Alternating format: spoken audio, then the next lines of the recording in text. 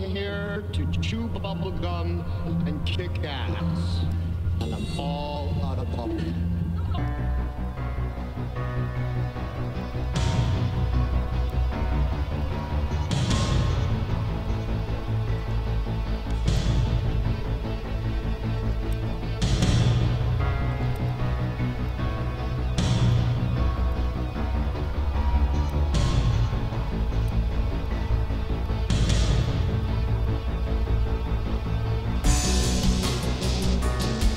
Ladies and gentlemen, boys and girls, children of all ages, welcome to the Bloviating Zeppelin's Berserk Bobcat Saloon.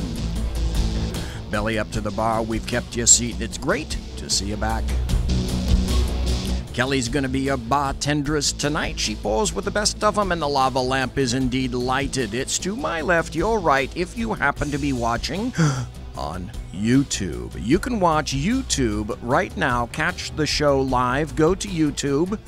Go to the SHR Media channel, the TV channel. You can watch live right now. Also, you can go to the SHR Media Facebook page, and you should be watching live right now on SHR Media, on Facebook, on YouTube, live, right here from the belly of the beast, Sacra Tomato, Fornicalia, and yes, today is Tuesday. It's September 26th, the year of our Lord 2017.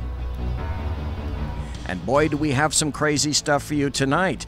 I have, courtesy of God and a few other bits of pieces of electronics, coming up, a conversation with media magnate Dan Butcher of High Plains Pundit Media fame. I suspect we might be talking about some things regarding the NFL, perhaps the Dallas Cowboys, perhaps maybe even the GOP. I don't know, perhaps maybe even North Korea, and other bits of buttery goodness, kind of like that. It's gonna be a good show. Some of the best late night conservative talk you're ever gonna find here on the face of the planet. And if I'm not mistaken, oh boy, fingers crossed at this point, it's a new board, it's a new day. Do we have Dan Butcher on the line? Hey, BZ, how the hell are you tonight, my friend? Oh, hallelujah, hallelujah, oh, hallelujah, it works. Oh, my God. Now, here's the true question. Let's ask everybody in chat how I sound. Because the other night when you and Sean called me in the middle of the night and woke me up, we had, you were still playing with it. So everybody in the chat, how does the call sound? Well, okay, first thing Mary says she can hear both of us. It's accomplished, BZ. Oh my God, that's absolutely astounding. Okay. It's a brand new board. It's a brand new day. This is, I'm techno-incompetent, not quite to the lower levels of, say, the person, the nose we all love, Sackheads Clint. I'm not quite that low in the dungeon, so to speak. But, oh my God, that is great. Here's one thing I also found out about the board. The output from my laptop for sounds and whatnot, holy crap, did I ever have to turn that down. Evidently, the gain into the board from the laptop, I had to jack that sucker up quite a bit in order to get people to hear it. But honest to God, now you can hear me, is that correct? I can hear you, and I'll tell you this, it does sound a lot different on the phone with you than it used to. So it is a little bit different and getting adjusted to it. But I can hear you loud and clear, man. Okay, what I think you're hearing is the microphone on the laptop over here to my right. My guess is you're not hearing it quite as clear as you used to. No, not at all. Okay, well, we're going to try to solve that with VoIP, which is Voice over Internet Protocol, which is what a lot of businesses and agencies and things like that have transitioned over to. The other thing I have to say is hello to everybody in chat. Obviously, Dan's in chat, Mary Brockman's in chat, Jersey Joe's in chat, and Mike is in chat, and 3 unidentified viewers are in chat. So, Dan, now that I've got you here, did anything happen this past Sunday that you might feel motivated to speak about in any fashion? Any thoughts about that? Well, let me tell you something. I'm going to talk about right off the bat something, what was actually the big story from Sunday that nobody's talking about. Okay. And that was the fact we had a mass shooting at a church in Tennessee. Oh, yeah. On Sunday. Yep. We had a Sudanese immigrant named Emmanuel Sampson who murdered someone in the parking lot, and then he walked into the Burnett Chapel Church of Christ. It just started shooting up the place indiscriminately. Folks, the victim who died was a 39-year-old woman and mother of 2 by the name of Melanie Smith.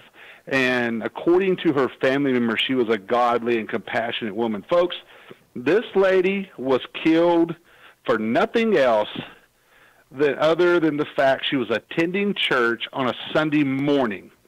And then Sampson went into the church and wounded 6 other people, including the pastor, before an usher stopped him. Now, the hero in all this was a 22-year-old young man by the name of Caleb Engel, who was pistol whipped in the face during the confrontation. He struggled with Sampson until he brought Sampson under control, and actually Sampson ended up shooting himself. And then get this, folks, Engel then went out to his car, grabbed his own firearm, and stood guard over the wounded shooter until police arrived. Now let me tell you something, the little side kicker to this story. Okay, you might remember not too long ago we had a young white male walk into a predominantly black church and shoot the place up, killing several people. Yep. And we know what a national sensational story that was. That was Dylan Roof. This was a young black man that went into a predominantly white church and shot up the place.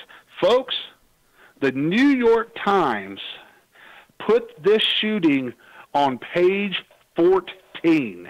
Think about that for a second. The New York Times put this shooting on page 14 on Monday morning.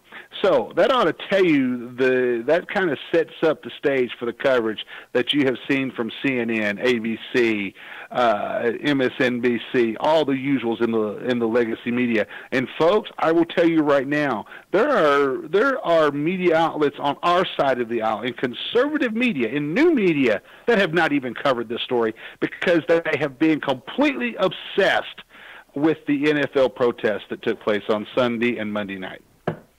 You're absolutely correct. You're absolutely correct. And it was buried on page 14 in the New York Times, as you rightly point out. Can you ascribe that to anything particular? I mean, you can't really make anything out of that, can you?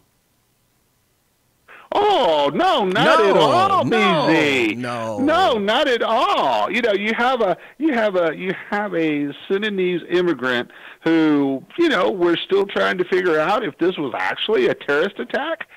This guy targeted this church for some reason. This wasn't an indiscriminate attack. He targeted this church.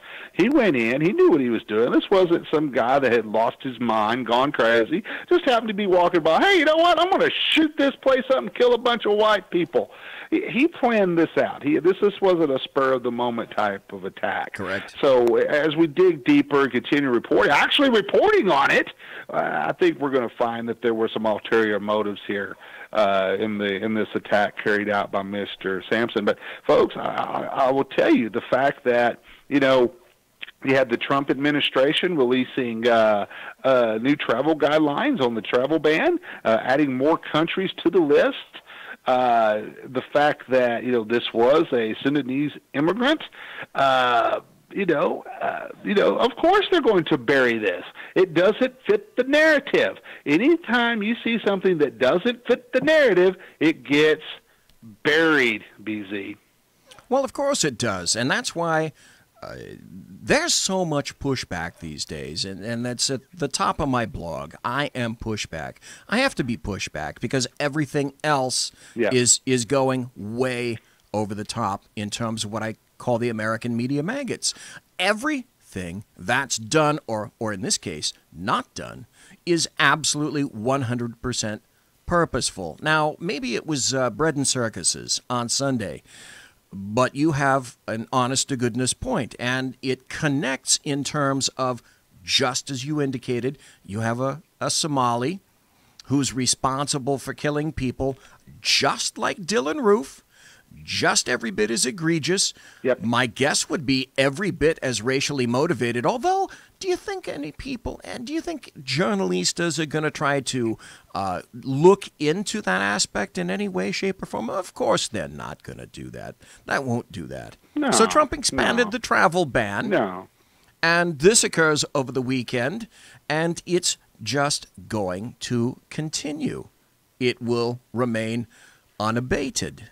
It's not going to stop. Who can you trust anymore? We're running out of institutions, newspapers, media, individuals, organizations, and our government. We're running out of things to trust. And that is all purposeful, too. I'm going to wrap it up. I'll summarize it right now. Cloward Piven, that's what the leftists are all looking for. Everything is sort of... and it's an adjunct to all of that.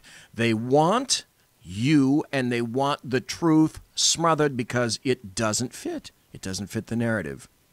It's page 14 narrative. Well, BZ, yeah.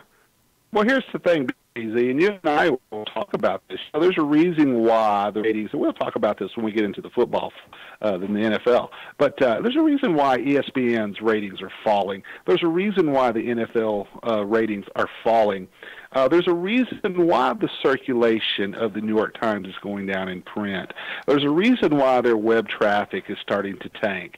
There's a reason why people are starting to, in droves, turn to new media, and particularly conservative media. And that is because we are now the stewards of investigative journalism. We are now the ones practicing actual journalism. We're getting out, reporting the stories, reporting the information. I tell everybody, if you're a journalist, you're damned if you do, damned if you don't. You're damned if you report the story, you're damned if you don't. But we have to pursue the facts. We have to pursue the stories. My own website, there's a reason why, over the last, good Lord, 8 years now, pushing 9 years, that we've gone from 59 readers the first day to over 15 to averaging over almost 16 million page views a month. Now that's staggering. Now, we're not a big website. We're not one of the big boys, but we're not one of the small ones either. But there's a reason for that. And there's a reason why our readership continues to grow. There's a reason why the listenership on High Plains Pundit Radio continues to grow. Why the viewership on High Plains Pundit TV continues to grow. It's because people are hungry. They're hungry for actual news. They're for actual information. They're hungry for the truth. They're tired. BC, they're tired of the bullshit. Bottom line, they're tired of the bullshit, and that's what we got this weekend. You're talking about you had news anchors on Sunday morning, openly saying, hey, the White House is upset with us because they know that we're going to talk about this story. Well, of course, that's all they focused on. All they focused on was what Trump said. They didn't focus on why Trump said what he said. There's a big difference there. Trump was asked his opinion on something, and he gave it, which he often does, and then it morphed into what we saw on Sunday and Monday. And quite honestly, by all appearances, is backfiring in the face of the NFL. Oh, Dan, it's not just backfire. By the way, folks, we're talking to Dan Butcher. He is the owner of the High Plains Pundit Media, and he's got the media covered in print in terms of the website. You can read it. You can watch TV there. You can go and listen to radio. He carries my show as well, and God bless him for that. But it's absolutely true. This is all that all dovetails together. What the thing about Trump is they always make sure that they take everything out of context. When you read the full story of whatever it is that he says, and don't get me wrong, he says some off-the-wall shite. He certainly does. Guilty. But a lot of the stuff that he says makes sense, and a lot of what he says is exactly what you're thinking, and I'm thinking, and no one else, many instances, has the guts to verbalize that. And the media, the Democrats, a great deal of the Republicans, they don't know what the fuck to do with a man like this.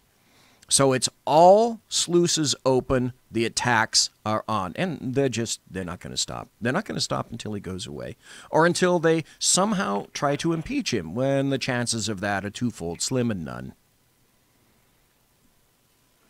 Yeah, and I'm going to do this real quick, and just to appease me here for a minute, because I'm going to rant about this for a couple of minutes. That's real what quick, I want BZ. to hear. You bet. Because I just been dying for this. I want to remind everything. I want to remind everybody of something. The American flag. It represents a living country, and itself, it's considered a living thing. It states that no disrespect should be shown to the flag, and when it's taken down, it should be placed into waiting hands and arms. Some of the code is honored in the breach. It urges against using the flag on clothing or in advertisements, but it captures America's passion for its flag. Now, folks, at times of crisis, 9/11, World War I, World War II, the phrase rallying around the flag, it's not just a figure of speech. In one survey after the September 11th attacks, 80% of Americans reported that they were displaying the flag. Folks, this is why the NFL kneelers are cutting against the American cultural grain, besides picking the wrong target on the merits, okay? Folks, the American flag isn't the Confederate flag. It's the opposite.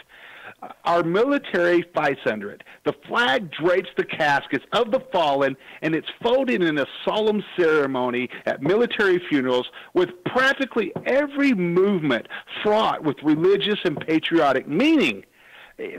Folks, this is not to be trifled with unless you intend to insult the country for which it stands. BZ, the problem with the NFL is not just Donald Trump, but the greater dilemma that the league's reason to be has become predicted on a labyrinth of lies. Folks, audience is not young and loyal as hyped, but even if fading, still largely reflects the majorities in red state America that have no patience whatsoever for gratuitous insults to the national anthem and the flag. The NFL, ESPN, liberals, progressives, take your pick, they've never grasped the political truism that you never insult your base and core supporters. Sympathetic CNN talking heads and the solidarity of progressive political activists will not turn around sagging revenues, but will only contribute to them. And thus, that's why you see the falling ratings in the NFL, and of course the falling ratings with the ESPN. ESPN is projected to lose over $300 million. The NFL is projected to lose over $200 billion with a B. With a B, folks. Now, one thing about all of these protesting players, they do not come across as informed, brave social justice warriors on the barricades of dissent, but as mostly unable to explain to their fans precisely why and how they are mistreated, or why America is a flawed society that does not deserve, deserve the respect. Folks, these are multi-millionaire players. Please tell me how these NFL players are being oppressed. Please tell me, how are these NFL players being oppressed? Okay? What do they actually know about the violence in the inner city communities, such as Baltimore or Chicago? And folks, let's talk about this. If ethics and values are the players' issues, why over the last decade has there been an increase in player off-field violence and arrest, often marked by well-publicized violence? Think about that. These are not the typical things you saw, little petty things, burglary, drug offenses stuff, but flat-out violence against women, okay, murder, rape, et cetera, et cetera. And I want to think about this for a second, too, okay? Let's talk about Donald Trump for a second. Okay, did Donald Trump contribute to any of this? Folks, he no more created this crisis in the NFL than he did the North Korean thermonuclear capability.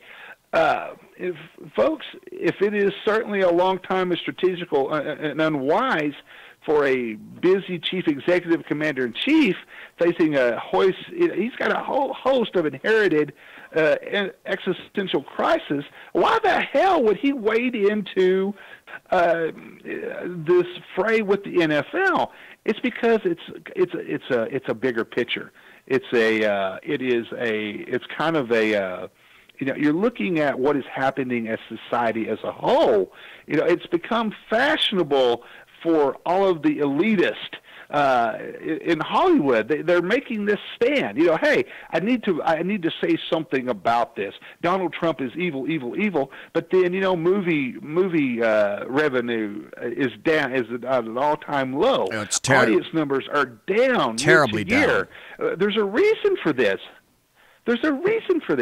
It is because the American people are catching on. Okay, I've preached this a long time, that to a point when the progressive bullshit becomes too much. And I think, I'm hopeful. I'm very hopeful that we have reached that breaking point. Because the majority of the American people still identify as being pretty much in the central of the political spectrum. The majority of Americans actually identify as being, guess what, folks? The evil C word, conservative. Think about that. Hopefully, common sense is kicking back in here a little bit, BZ, and we're at that breaking point where enough is enough. The NFL had a lot of problems to begin with, especially dealing with different brain injuries and stuff like that. So they were having to face different off-field issues, declining ratings, declining revenue, et cetera, let alone to have to deal with the political, aspect. Folks, there's an old saying, you never mix politics and sports. I've been a sports reporter for a long time as well, and people are even more passionate about sports than they are politics. And when you start putting the two together, it's not a good mix. And usually the fans, stop and think about this. Normally, people use movies, TV, sports as an escape from what's happening in life. That's the last place they want to see this stuff, BZ. You got it. I thank you. Again, get out of my head, Dan. There's only room in here for me, all right? I have NSCB, non-specific cranial buzzing. You don't want to be in here. You don't want to partake of that. And I was going to make a point. In 1929, 30, 31, 32, people went to the movies because life around them was absolutely terrible. They went to the movies for an escape. They didn't want to be reminded of all the terrible shite that was going on around them. I can back up just like you did and say it's the exact same thing for sports. People want to escape. When they go to a coliseum, when they go to a stadium, when they watch it on television, that's exactly what they want. When they watch shows on television. They want an escape as well. And just when you think that some people may sort of get it, they don't, and they're doing the exact same thing that the Democrats did, is they're doubling down on stupid.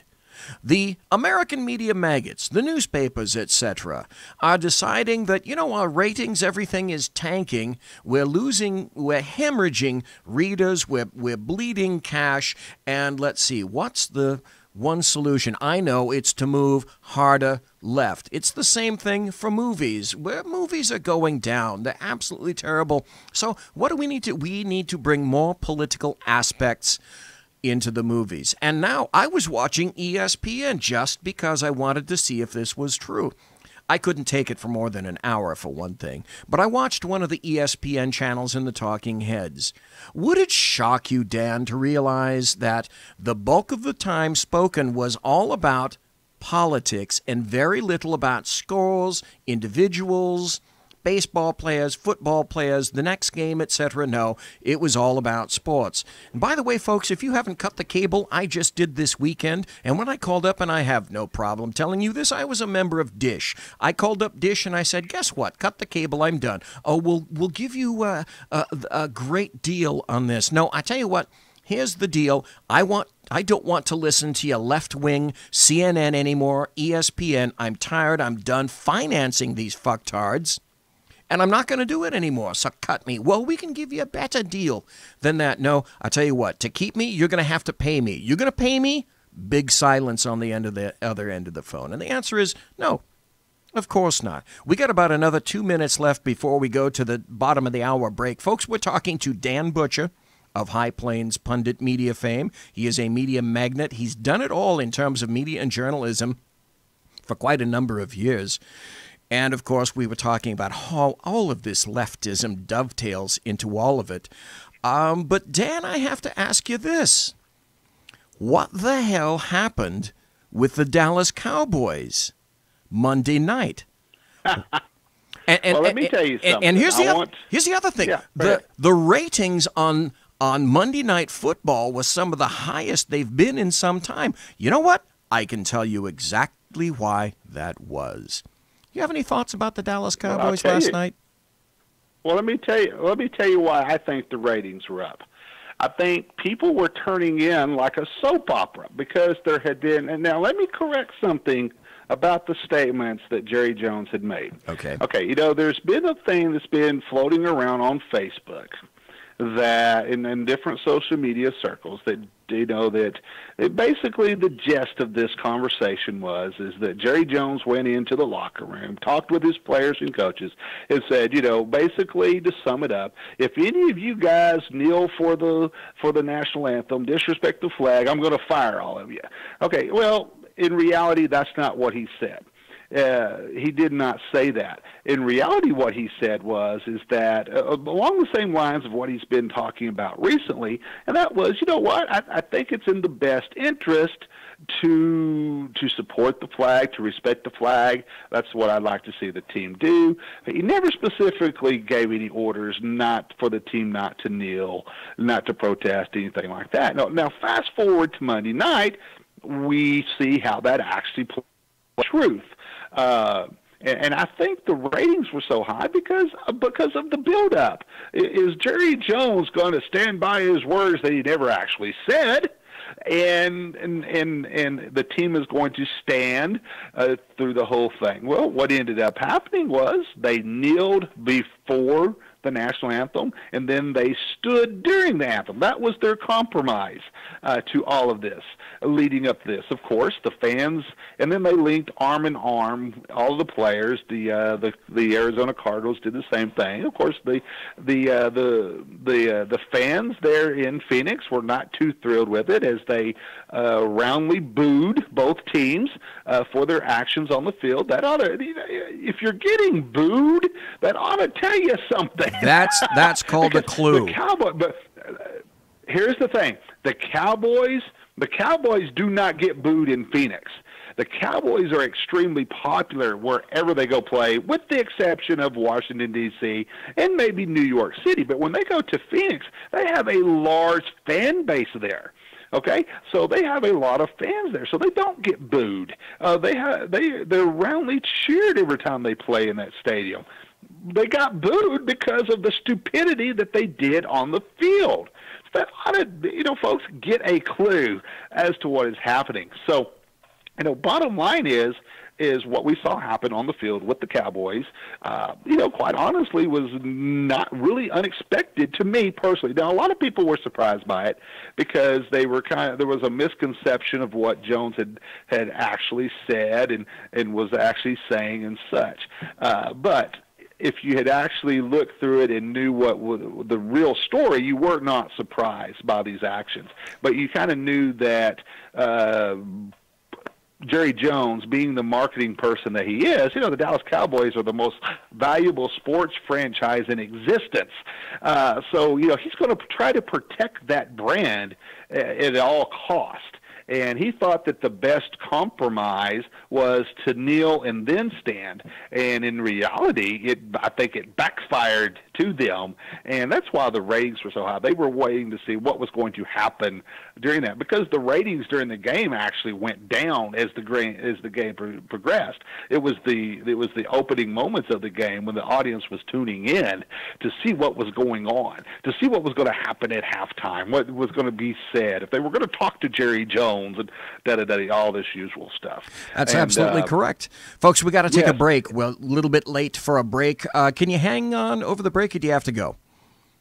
You know what? I do. And I want to talk about, when we come back, I want to talk about if we have time, I want to talk about the lone Pittsburgh Steelers player and how he was made out to be a hero, and his jersey was becoming the fastest selling jersey in history. Yeah. Guess what, folks? He backtracked. And I want to talk about that a little bit. Yep, there's more to that story. Folks, yes. Keep tuning in. Listen, we're going to be right back. Don't go away. Conservative media done right. You're listening to the SHR Media Network. Hey, it's Sean from the Sackheads Radio Show.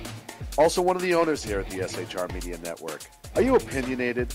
Have you ever wanted to do your own show? Have you ever heard somebody like the Sackheads and go, yeah, I could probably do that better? Well, now's your chance. Send me a 5-minute clip at sackheadsradio@gmail.com. And maybe you can be part of the SHR broadcasting team. sackheadsradio@gmail.com. Times are dark. The people are misled by corrupt politicians, lied to by establishment media, and deceived by the false messages of Islam. A nation looking for direction needs a guide. It needs a man with a cane. I'm Dave Milner. Join me on Spreaker, SHR Media, Pundit Press Radio, and YouTube through the SHR Media page for a different kind of commentary on the unpleasant blind guy. Because the truth is not always pleasant. In a world controlled by corrupt politicians. You got a business. You didn't build that. A team of ordinary men emerge from the ashes to give voice to the voiceless and hope to the hopeless. Sackhead Sean. Dude, I'm not saying Catholic, stupid. Sackhead Clint. All good friends of ours usually show up drunk. Also starring Sacco as the producer. I'm a little bit drunk, 'cause I'm drinking. They are the Sackheads Radio Show. Every Wednesday at 8 p.m. Pacific on SHRmedia.com. The bloviating Zeppelin. He's big-footed enough radio shows to last a lifetime, courtesy of Sean, Clint, Ken, and Jersey Joe. Now it's time for him to waddle on his own 2 feet via the glorious SHR Media. Gird thy loins for the bloviating Zeppelin's Berserk Bobcat Saloon. Coming soon to Ossicles near you. Excelsior. Conservative media done right. You're listening to the SHR Media Network.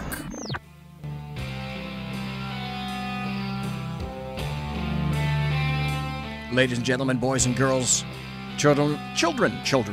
Of all ages, you are listening to the Bloviating Zeppelin's Berserk Bobcat Saloon. It's Tuesday, September the 26th, the year of our Lord 2017. We have been talking for the first segment of the show, to Dan Butcher of High Plains Pundit Media fame, and we were talking about the NFL, and Dan wanted to kind of wrap up some things and talk about the Steeler that perhaps wasn't exactly what people thought he was. Was he, Dan? BZ, I just caught the very last half of what you were saying, man. Well, we were talking about, or I should say you wanted to talk about the Pittsburgh Steeler who wasn't the person that a lot of folks thought he was. No, this was, this turned into one of the more interesting stories, I thought, from the whole weekend. And what happened is, of course, the Pittsburgh Steelers, Alejandro Villanueva, right, who was, of course, he is a veteran. He became the picture of solidarity. You see all the pictures of him standing out there by himself, with his hand over his heart, standing for the national anthem and all of this. And, well, come to find out, that was all a big mistake. The gentleman, Villanueva, came out later at a press conference on Monday and spoke about the national anthem protest that took place before Sunday's game with the Chicago Bears. He said that he was the only player standing instead of boycotting with the rest of his teammates because he unintentionally threw them under the bus, right, and he felt embarrassed about it. Let me tell you what he said. He said, "Unfortunately, I threw my teams under the bus unintentionally. Every single time I see that picture of me standing by myself, I feel embarrassed.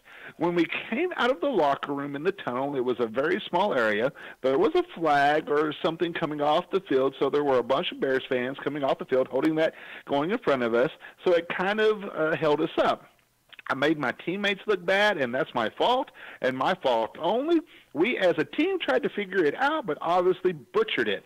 People that are taking a knee are not saying anything negative about the military. They are not saying anything negative about the flag. They're just trying to protest that there are some injustices in America. I unintentionally left my teammates behind. I wasn't planning to boycott the plan the Steelers came up with.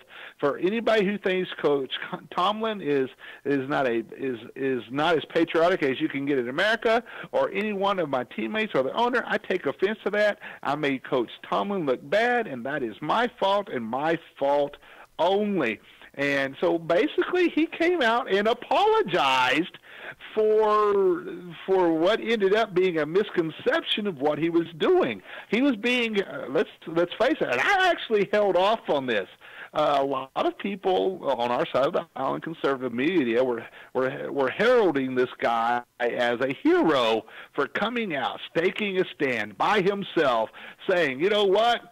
I'm going to buck the trend here. I'm going to stand up against my teammates and stand up for the national anthem," when that was obviously not the case. And of course, Mr. Villanueva very quickly on Monday backtracked and said, "Hey, you know what? I was an idiot. I made a mistake. That's not what I intended to do. I actually intended to protest and not come out with the rest of my team." So, once again, as kind of a warning, always be very careful when you're reporting on stories to make sure that you have all the facts before you report on it, BZ. Absolutely true, but I think you and I both well know, and I think White Mamba and Chat just mentioned it, Mike Tomlin and team pressure has something, this is what White Mamba was saying, Mike Tomlin and team pressure has something to do with it. Here's the video. I agree completely, 100%. What happened is the team between Sunday and Monday got to him and said, You were not in solidarity with us. You were not in keeping with the great plan of Mike Tomlin. You were the proverbial turd in the punch bowl, and you better get your arse back in line if you want to have anything to do with this team. You're included as a member right now. We can just as easily hold you at arm's length, or words to that effect. Guaranteed. Right. Guaranteed. Right. Oh, there were certainly a lot of things, stand behind the thing, and even Roethlisberger has come out and said, you know what, I think it was kind of a mistake to protest like this. And Roethlisberger came to his defense, saying we actually had a plan.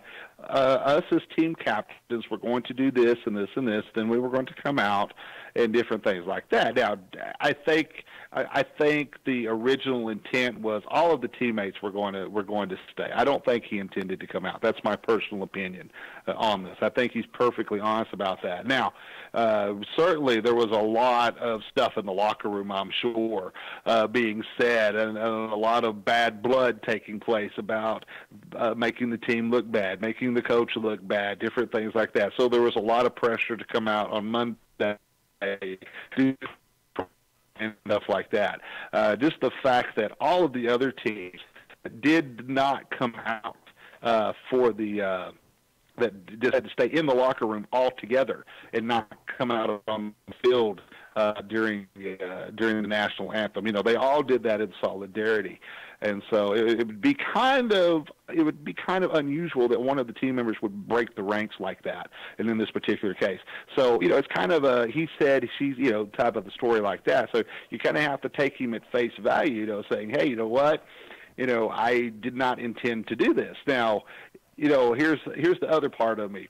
I know he is a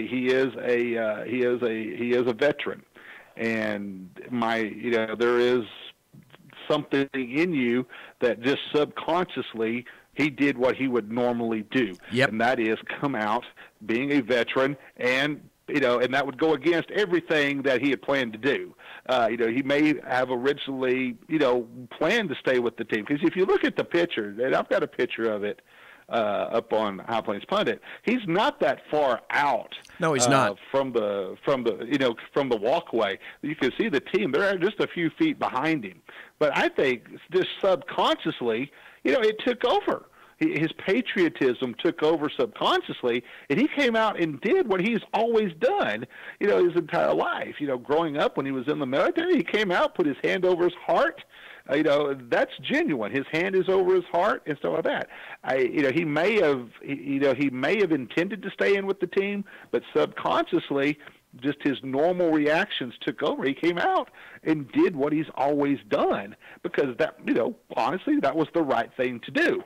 So, so you kind of have a catch-22 situation here for the guy, being a veteran coming out. He's probably just reacting normal, but then he wanted to support his teammates, as wrong as it was. But so, once again, it's one of those things where, you have to look at this and say, you know what? Something wasn't right here. And bottom line is, these protests are not right from the beginning with. And I think eventually, because here's a little kicker to all of this, BZ. The sponsors are starting to drop the players. Okay? Now, players have big contracts, but sports, especially the elite sports athletes, they don't make most of their money playing football, playing baseball, playing basketball. They make most of their money from endorsement deals, from promoting products, etc. By big companies, Nike, Adidas, using their name to sell the latest shoes and sportswear, jerseys, etc.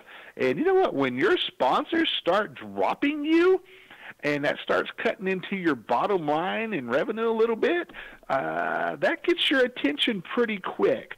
And when the ad revenues start going down because the ratings are falling, and when the attendance, and when you have companies such as Dish that are starting to offer refunds on the Sunday sports football NFL packages, etc. When that starts hitting the bottom line, especially in sports, these types of things tend to go away very quickly. So let's kind of see what happens through the rest of the season. My prediction is, BZ, by the time the playoffs roll around, these protests are going to be a distant memory, and I think Kaepernick is going to be a distant memory in the NFL as well.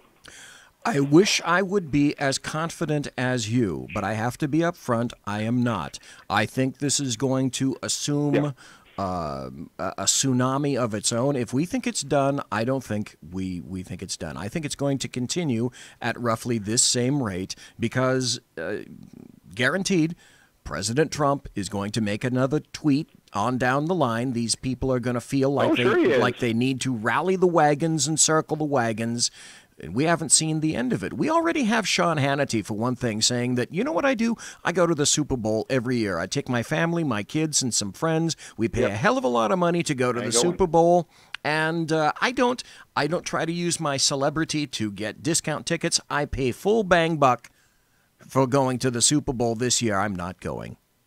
Good for him. He puts his money where his mouth is. Yeah, and that kind of feeds into what I'm kind of thinking is that, once the bottom line starts hitting this, I'm not one that says go out and protest sponsors. I'm not, and boycott this, boycott that. But you know what? There's lots of different things, lots of different forms to spend your entertainment dollar on. You don't have to go to the movies. You know what? You can get Netflix because that movie's going to be out, 4 months after the release anyway on Netflix. There's such a thing as college football that people are starting to pay attention to again. Baseball, NASCAR. There's lots of different things to throw entertainment value there. Here's the thing: these bottom line, and these folks are entertainers. They are there. They're paid to, although they are elite athletes, they're still in an entertainment venue, in the entertainment business, with sports, and people pay a lot of money to watch them do what they do. And when people stop spending that money, you're talking about an average family of four somewhere in the neighborhood. After you've bought tickets, you pay for parking, and you buy food and souvenirs, it's somewhere around $500 per family of four. And that's going with the cheap seats per NFL game. Think about that. So there's a lot of money being generated. And when that money stream is cut off, and it starts with just one, then two, then three, then 100, then 1,000, then 10,000, and it starts to affect the bottom line. That gets some people's attention. And as big and brave as the owners were sounding, standing behind the players with their statements on Sunday, and some of the statements were absolutely priceless, gentlemen. But when the money starts drying up a little bit and it starts hurting the brand, the owners will take a different tone. And here's the other thing you have to remember about the NFL versus the NBA and Major League Baseball. NFL contracts are not guaranteed. Okay? Even though you sign a 5-year contract, the team has the right to cut your ass at any given time. Just ask Mr. Kaepernick how well that's working on him since he decided to opt out of his contract with the San Francisco 49ers. So the NFL the owners and the league have a lot more leverage with the players than, say, Major League Baseball and the NBA does. Where the NBA, at least the NFL has not gone full social justice like the NBA is doing. I think the NBA, now, I don't think the NFL is going to implode, but I do think that the NBA is going to implode because there's just so much BS that the fans are willing to put up with before they're saying, hey, you know what? I'm paying to watch you guys put a ball in a hoop. That's what I want to see. I don't give a damn about your political views. because they don't affect me at all. You're not coming out and working in my community. You're not doing this. You're not doing that. You're not backing up what you're saying. You're just being a figurehead. And so I know you're full of crap. And so I want to see you play basketball. I want to see you play football. And you're starting to hear, and if you listen to the fans' reactions with a lot of the interviews they did with fans, the fans are like, this is bullshit. I want to see them play football. It goes back to what we were originally talking about. I come here because I want to escape real life. When I go to the movies, BZ, I don't go to the movies to see a real life documentary. I go to the movies to escape reality. I want to be entertained. I want to have the crap scared out of me. I want to cry like a baby. If it is a love story, I want to be moved, etc. If I want to watch a documentary, I'm going to watch the History Channel or something like that on TV, or the Science Channel. But I want to be entertained. The same thing applies to sports. You want to have something to escape everyday life. And that's what you pay the money for, whether you're watching it on TV, whether you are going to the game itself, or whatever. You want to have that escape. And that's why you get enthralled backing your team, and you love being with your team, because it does afford you that opportunity. You know what? It gives you a break from life. And as much as I love to discuss politics, be involved with what's happening, reporting the news, BZ, I have to have a break, or I'm going to burn out. And sports is one of those. I'm a very passionate sports guy. Like I said, I started out my career as a sports reporter. So this type of stuff it's beyond me, and it's a different tone. It's one thing during the '60s when you saw them doing the Black Panther's fist and different things like that. You know what? Once they did that, it was over and done with. And so you have to stop and think, and that was in a time when money did not play as much of an issue as it does today. But I think eventually the money is going to play a big factor in the loss of revenue when it starts hurting the bottom line, because even these players have to realize if the teams aren't making money, you know what, they're not going to get paid. If they don't get paid, they can't pay for that big house and that nice car and their mother's new house and stuff like that. And I think some of these players, when their mama gets a hold of them, starts pulling them by the ear saying, you know what, get your ass back on the field and play some football, they might start listening, PC. Well, that's absolutely true. Folks, we've been talking to Dan Butcher, the High Plains pundit, and Dan, of course, I know you got to go, but where can folks find you? Where can they read you? Oh, man. Hey, BZ, first of all, it is always a blast to come on. I appreciate it. I love our discussions. I do, too. I posted on Facebook earlier today. I said, you know what, this is starting to become a regular thing on Tuesdays, and I really enjoy it. I really do, my friend. I do, too. You bet. But let me tell you something. If you want to visit everything that we do, just go to highplainspundit.com, and that is your portal to everything that we do, whether it's High Plains Pundit Radio, High Plains Pundit TV, getting a hold of us on all the various social media stuff that we're on.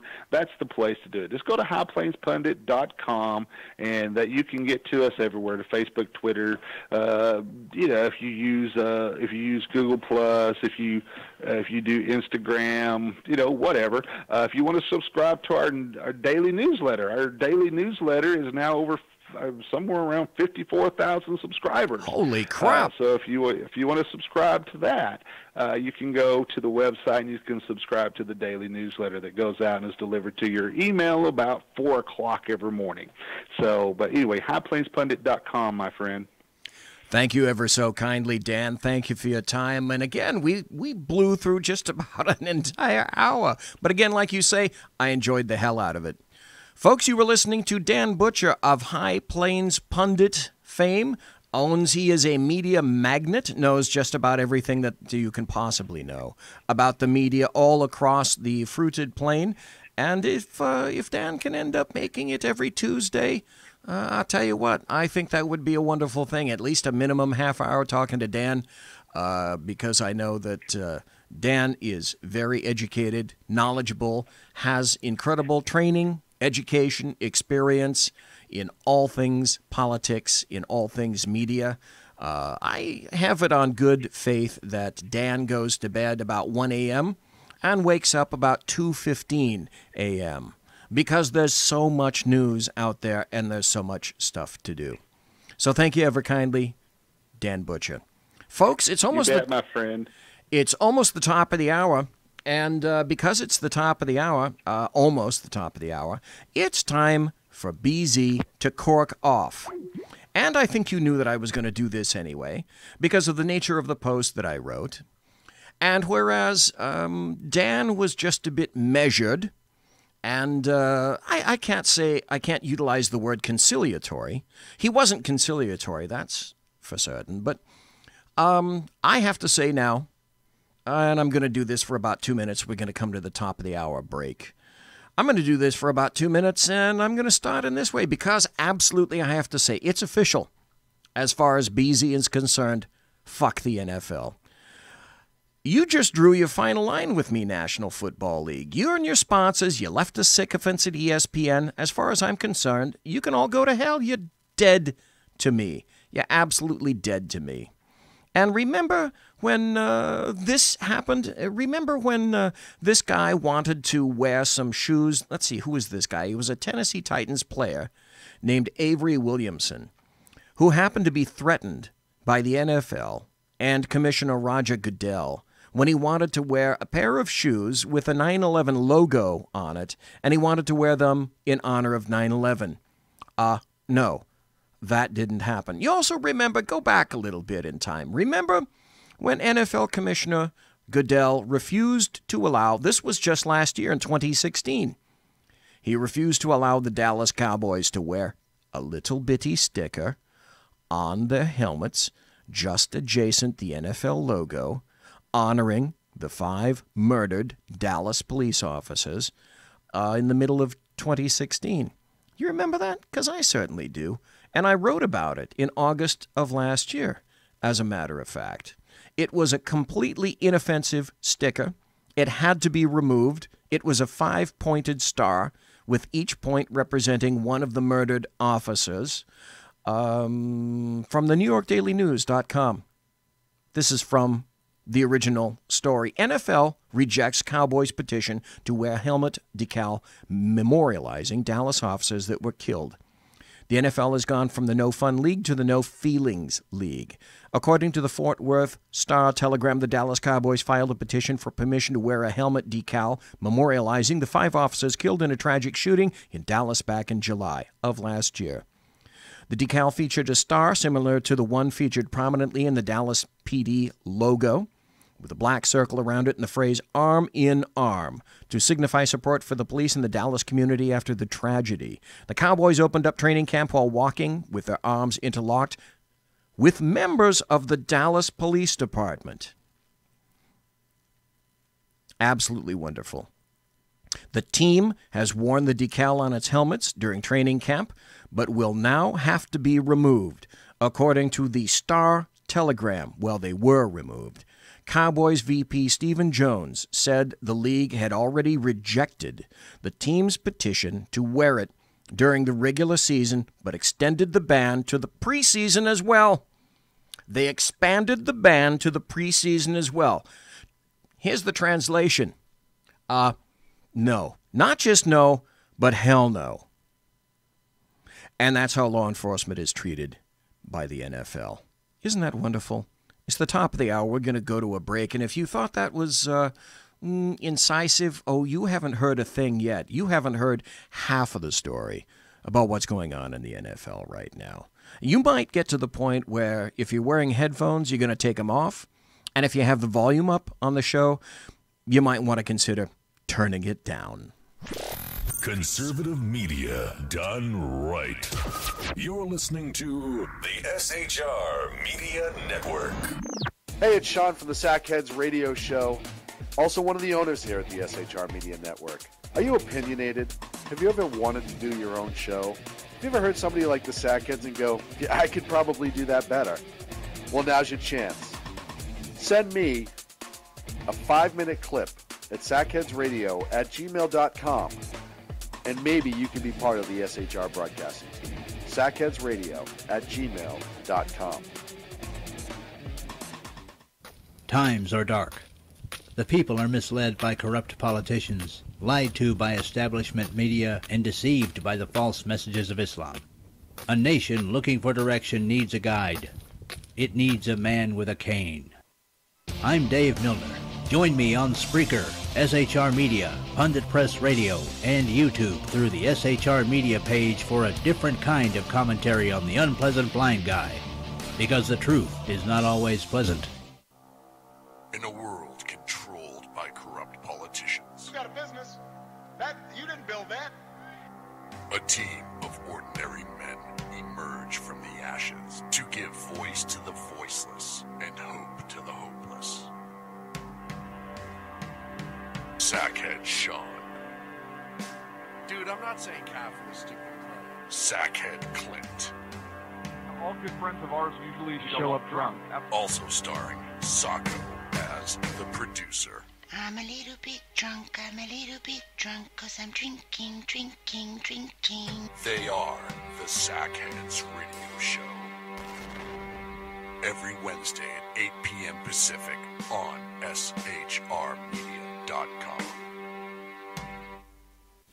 The bloviating Zeppelin. He's big-footed enough radio shows to last a lifetime, courtesy of Sean, Clint, Ken, and Jersey Joe. Now it's time for him to waddle on his own 2 feet via the glorious SHR Media.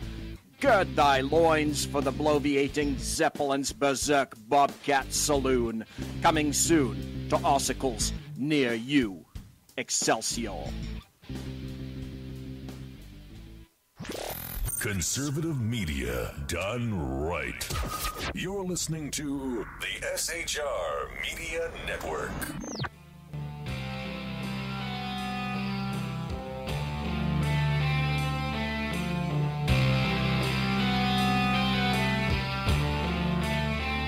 Ladies and gentlemen, boys and girls, children of all ages, welcome back to the Tuesday edition, the September 26th edition of the Bloviating Zeppelin's Berserk Bobcat Saloon, the year of our Lord 2017. We were talking essentially with Dan Butcher about all things NFL and how everything has become politicized. Unfortunately, that's the incredible truth today. Politics is everything. But anyone out there think about this in terms of the slightest bit of hypocrisy? Anyone? Anywhere? Let's first start with this, okay? As the Ravens and the Jaguars decide that they're going to take a knee across the pond there at Wembley Station in England. And I called this Black Sunday, the 24th, just this past Sunday. So they were in England. They stood for the British national anthem, God Save the Queen. But they all decided, all of them, every player, that they were going to link arm in arm and kneel as our national anthem was being sung. This is from CNBC.com. In rebuke to Trump, Ravens and Jaguars take a knee in London during U.S. national anthem. About 24 players, including Baltimore Ravens linebacker Terrell Suggs and Jacksonville Jaguars running back Leonard Fournette, took a knee during the playing of the national anthem before the start of the team's game at Wembley Stadium on Sunday. Players on both teams and Jaguars owner Shad Khan, who were not kneeling, remained locked arm in arm throughout the playing of the national anthem and God Save the Queen, the national anthem of Britain. No players were kneeling during the playing of the British national anthem. What a shock. Of course not. You know what? You know why? Because that might offend the Brits. The UK, Europe, they're a new and expanding market, right? So NFL, yeah, you're definitely going to need some new and expanding markets after this Black Sunday the 24th. And the question is, what did the fans happen to think or say of it? But it makes me have a different view on them now. Don't take a knee. Don't sit down. Don't do anything like that. You don't want to be here? Leave. I don't think it's American at all. If you're going to do that, don't play in America. For them to not come out at Soldier Field, it's dedicated to the military. And for them to be that disrespectful and not come out on Soldier's Field, I'm done with it. There's other ways that you can give a stance and give a say, and I don't think it should be through our national anthem. I think it's shameful, and I would like to see those Colts players leave the country and leave the team. Well, especially since, oddly enough, they decided they were going to kneel for the national anthem, but God Save the Queen on foreign soil. Well, that was worth standing up for, wasn't it? Here's some other reactions on Twitter that I gathered. Dan Bongino said, "These disgusting pieces of garbage disgrace our country on foreign soil. They're not worth a second of your time or a penny of your money." Wayne Allen Root said, "America waking up to find these disgusting, disgraceful, ignorant fools ruined game of NFL football." Andrew Kalista said, "Hey, glad the Ravens and Jags didn't fight in 1776 or 1812. Losers kneel before a fight, winners kneel after. See the lowlights tonight." Blue Collar Blue Shirts happened to say, "Ray Lewis protesting LMAO. The guy got off on a double murder rap." Mark Pentano said, "NFL takes the anti-American protest overseas. Players now take the knee on foreign soil." Robert J. O'Neill said, "Ravens and Jaguars kneel for the national anthem on foreign soil, but stand for God Save the Queen. Clueless." Heather Jones said, "How dare these pampered traitors take a knee on foreign soil? Stay there. Don't come back and leave your paycheck." Danny Camp said, "For NFL teams to take the knee on foreign soil is disgraceful and treasonous. Turn off the NFL." Ditto. Google CNN 175 Sue said, "This is game of foreign soil in London. Scumbags. All of them." Tim Bowden said, F1, by the way, for information, these motherfuckers make millions to play with a ball in a league that is 70% black, and they are oppressed people? Okay. And then there was this from from ESPN.com. And I'm going to read this because I want you to hear how this is crafted by ESPN and leftist journalistas. Steelers remain in locker room during the national anthem. In a sign of solidarity, the Pittsburgh Steelers stayed in the locker room during the national anthem before the 1 p.m. kickoff with the Chicago Bears. Now, this is Sunday.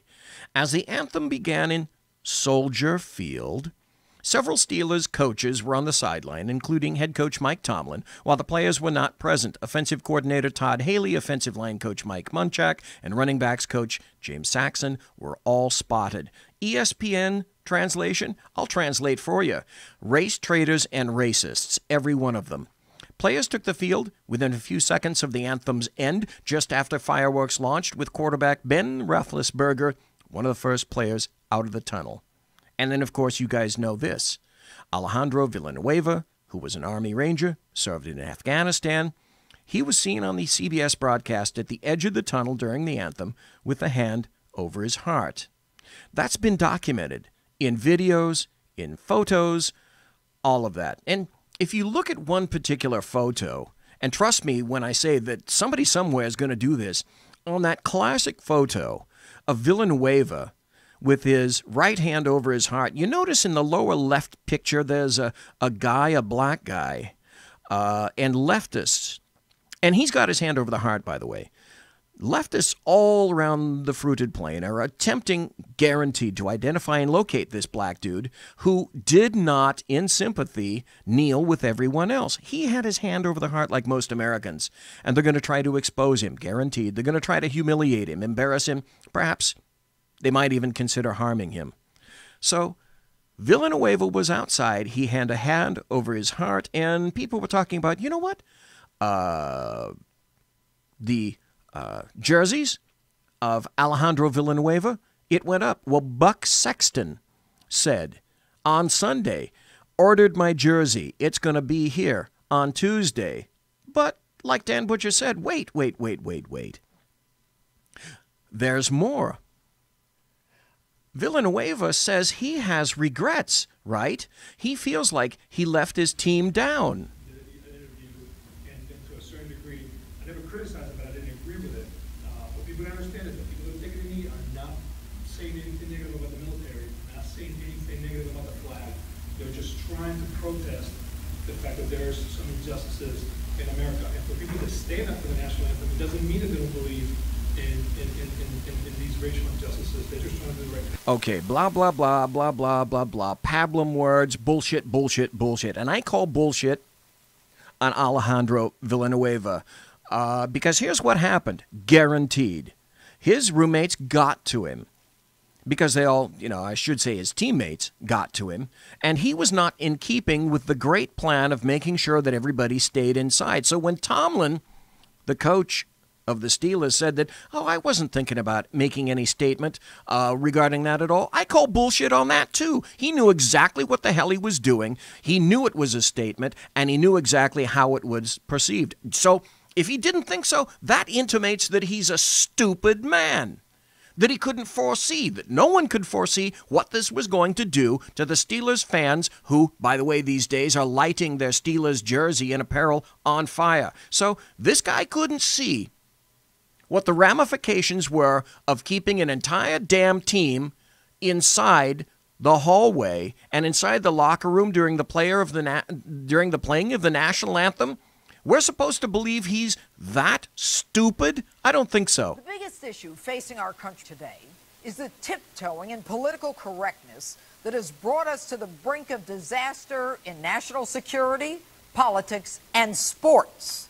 The question: do we have the fortitude, courage, and determination to stand up to those who threaten our values? Last night in Alabama, President Donald Trump did just that and took no prisoners on the sports issue and the NFL players who disrespect our flag. Stop. That's exactly what he did. Donald Trump was elected because he speaks out and says things that many people are thinking and saying themselves, and that many people are too ashamed or too guilty or too cowardly to say. Last year, San Francisco 49ers quarterback Colin Kaepernick, who, by the way, is without a team this year. By the way, did you happen to hear why it is that, say, for example, he didn't go with the Seahawks? The Seahawks were thinking about picking him up, but his girlfriend decided it would be a wonderful thing to send a racist tweet to the owner of the Seahawks. And should it shock anybody that Colin Kaepernick wasn't hired after that? That's a really smart thing to do, Colin. Began the protest by taking a knee during our Star-Spangled Banner.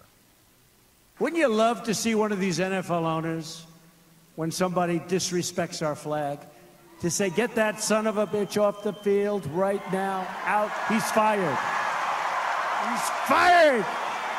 Son of a bitch, singular, not the entire team, one individual if they were to deign to do that, because it's about disrespecting the flag of the United States of America, the flag behind which soldiers, American soldiers, fought and died. Total disrespect of our heritage.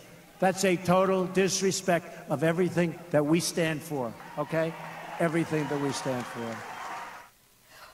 The fallout was swift and certain. NFL Commissioner Roger Goodell called the president's comments divisive.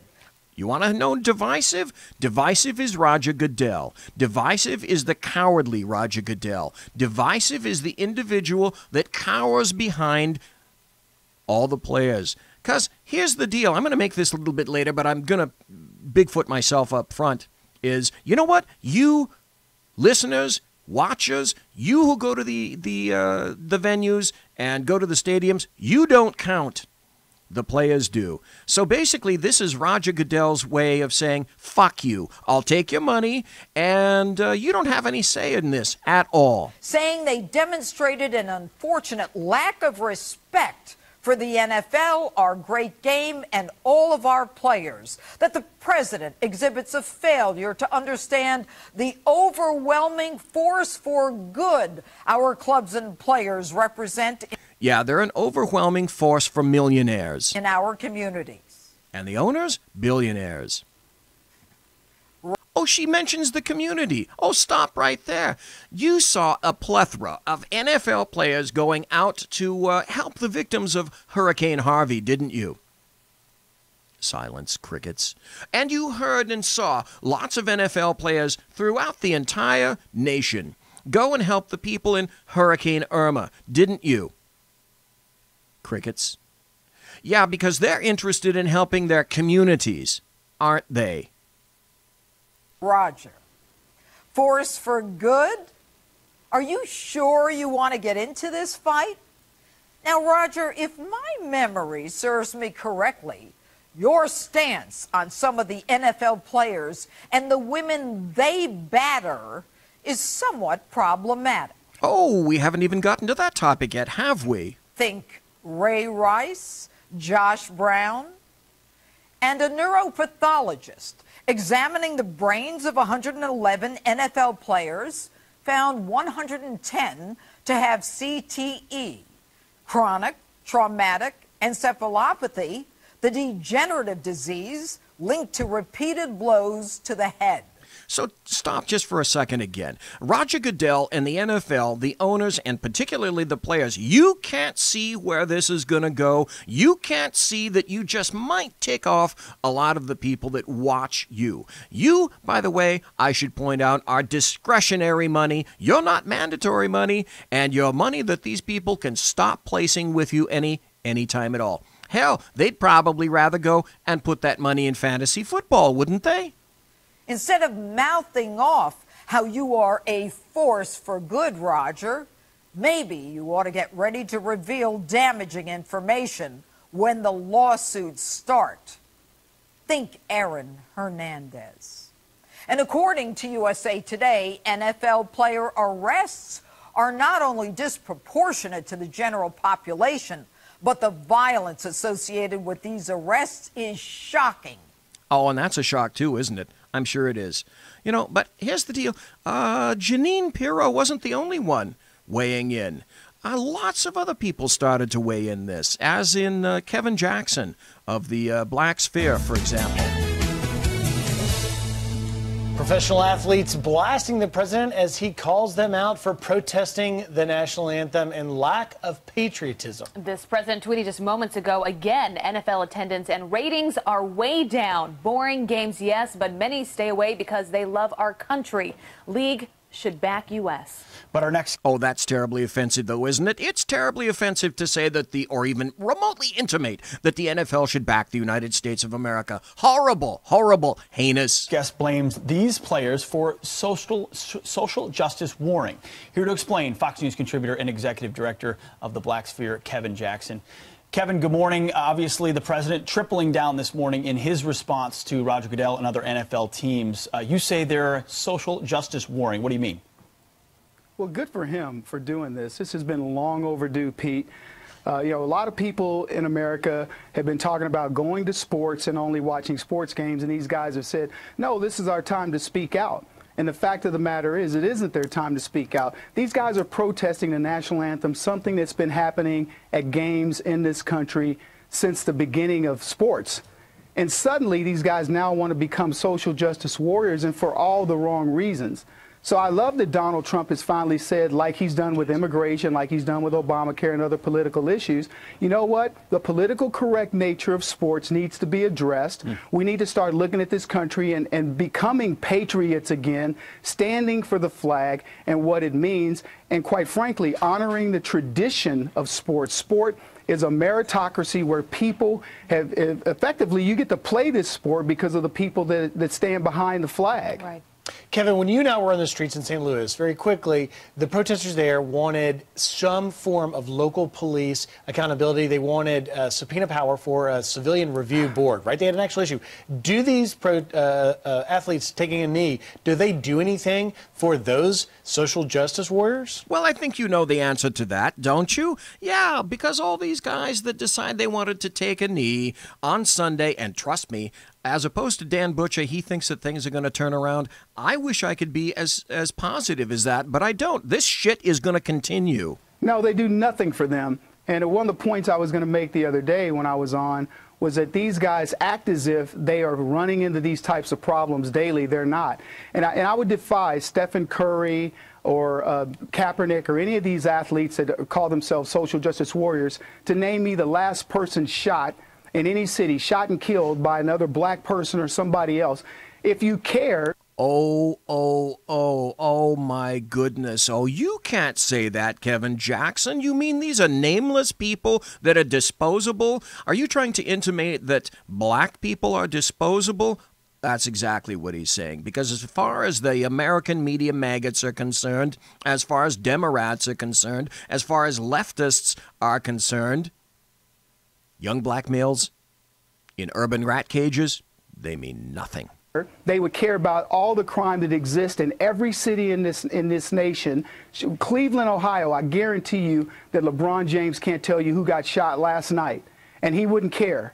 And Stephen Curry couldn't tell you who was killed in San Francisco, or any other. And not by cops. Location. But they act as if they care about this stuff, and they act as if there's some problem with policing when the real problem are the problems in the community that they should be solving. I'll give you one other point. None of these guys are going to donate 1 penny to the cities that have had to make massive payouts. St. Louis has paid out $900,000 to the family of Anthony Lamar Smith.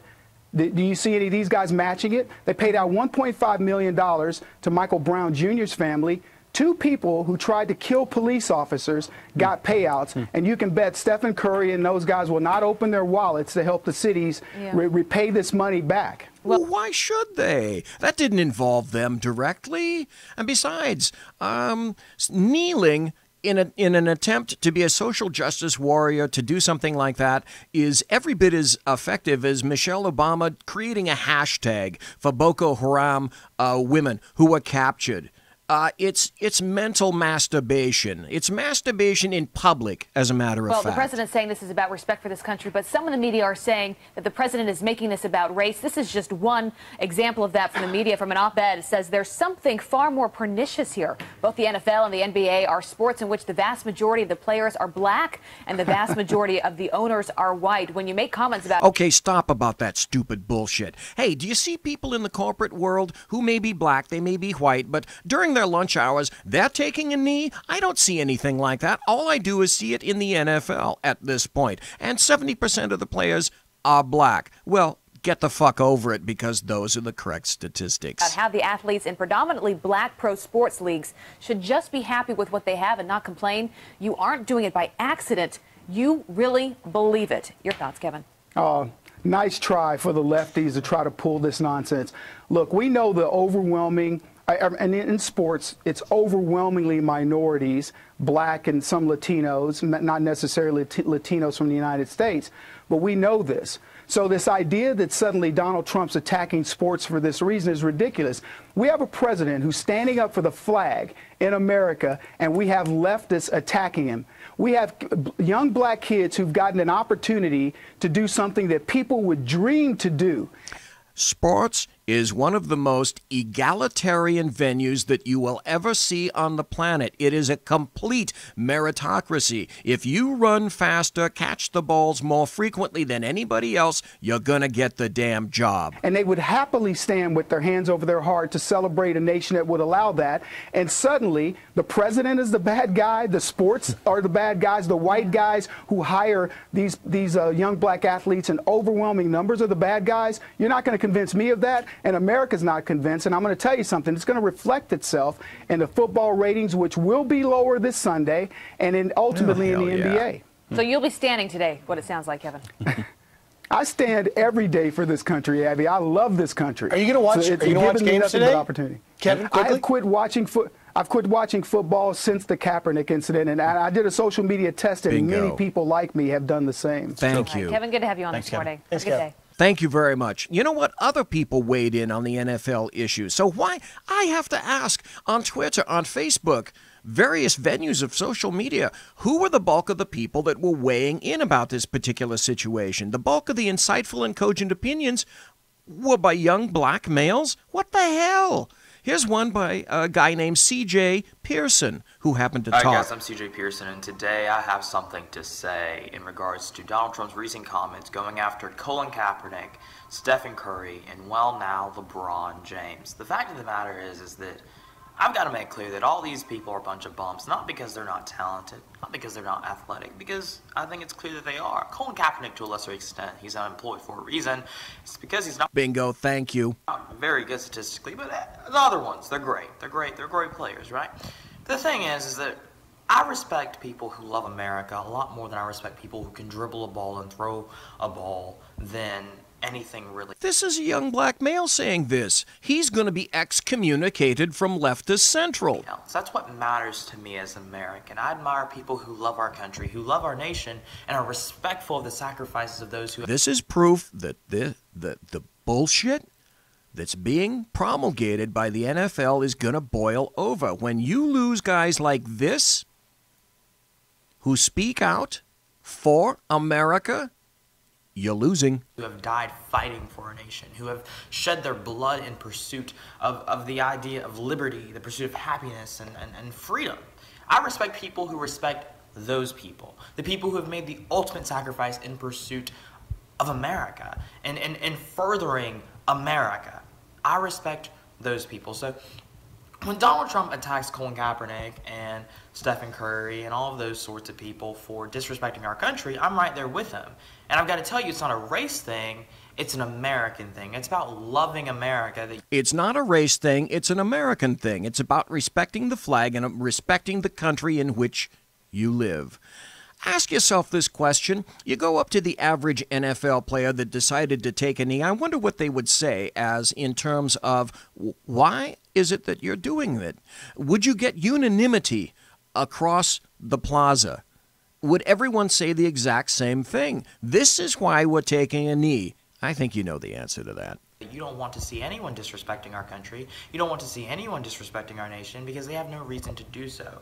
This is an amazing country that deserves every ounce of respect that is available. And for Colin Kaepernick and Stephen Curry to go out here and disrespect the sacrifices that, again, people have died to defend our nation's prominence as a shining city on the hill, then yeah, Donald Trump has every right to tell them that they are wrong, their grievances are misplaced, and that they need to shut up and sit down and stay in their lane. Perfect. If they want to dribble a ball, go ahead. If they want to, run down a field and make a few tackles, then go right ahead. But when it comes to disrespecting this country, we will not have it. It's not about race. It's not about the fact that these players are black. It's about the fact that they are disrespecting America. That's the problem that I have. It's the problem that President Trump has. It's the problem that every American who loves this country has with all three of these men. You know what? It sounds to me exactly like C.J. Pearson gets it. We're going to go to a break early. I might be doing a little bit of overtime. You're listening to the Bloviating Zeppelin's Berserk Bobcat Saloon here on the SHR Media Network and also carried live on YouTube, on the SHR Media channel on YouTube, and also carried live on Facebook on SHR Media. Folks, hang on. Be right back. Conservative media done right. You're listening to the SHR Media Network. Hey, it's Sean from the Sackheads radio show. Also one of the owners here at the SHR Media Network. Are you opinionated? Have you ever wanted to do your own show? Have you ever heard somebody like the Sackheads and go, yeah, I could probably do that better? Well, now's your chance. Send me a 5-minute clip at sackheadsradio@gmail.com. And maybe you can be part of the SHR broadcasting team. sackheadsradio@gmail.com. Times are dark. The people are misled by corrupt politicians, lied to by establishment media, and deceived by the false messages of Islam. A nation looking for direction needs a guide. It needs a man with a cane. I'm Dave Milner. Join me on Spreaker, SHR Media, Pundit Press Radio, and YouTube through the SHR Media page for a different kind of commentary on the unpleasant blind guy. Because the truth is not always pleasant. Hey, this is Mim from Freedom Fest, the world's largest gathering of free minds. Join your friends from SHR Media at the beautiful Paris Resort in Las Vegas, Nevada, July 19th through the 22nd for 3 amazing days of liberty-oriented discussion, investment advice, and the Anthem Film Festival. It's our big 10th anniversary, featuring keynote speaker William Shatner and Freedom Fest favorites, including Steve Forbes, Jim Rogers, Lee Edwards, David Boaz, Doug Casey, Dinesh D'Souza, John Stossel, Lisa Kennedy, Grover Norquist, Peter Schiff, and many more. Don't miss out. Register at freedomfest.com for $100 off the regular registration rate when you use the all-caps code SHR Media. Featuring right thinking from a left brain and doing the job the American maggots won't. BZ is fundamentally changing America one diaper at a time. Just when safety pin manufacturers are running out of metal for the diapers of the leftists, where the speech is free, but the drinks are not. The Bloviating Zeppelin's Berserk Bobcat Saloon can be heard every Tuesday and Thursday night, commencing at 11 p.m. Eastern and 8 p.m. Pacific, where pushback is a requisite art form in and of itself. Let your ossicles be truly liberated when you listen to the Bloviating Zeppelin's Berserk Bobcat Saloon, only on SHR Media Network. No ferrets were harmed in the making of this ad. Conservative media done right. You're listening to the SHR Media Network.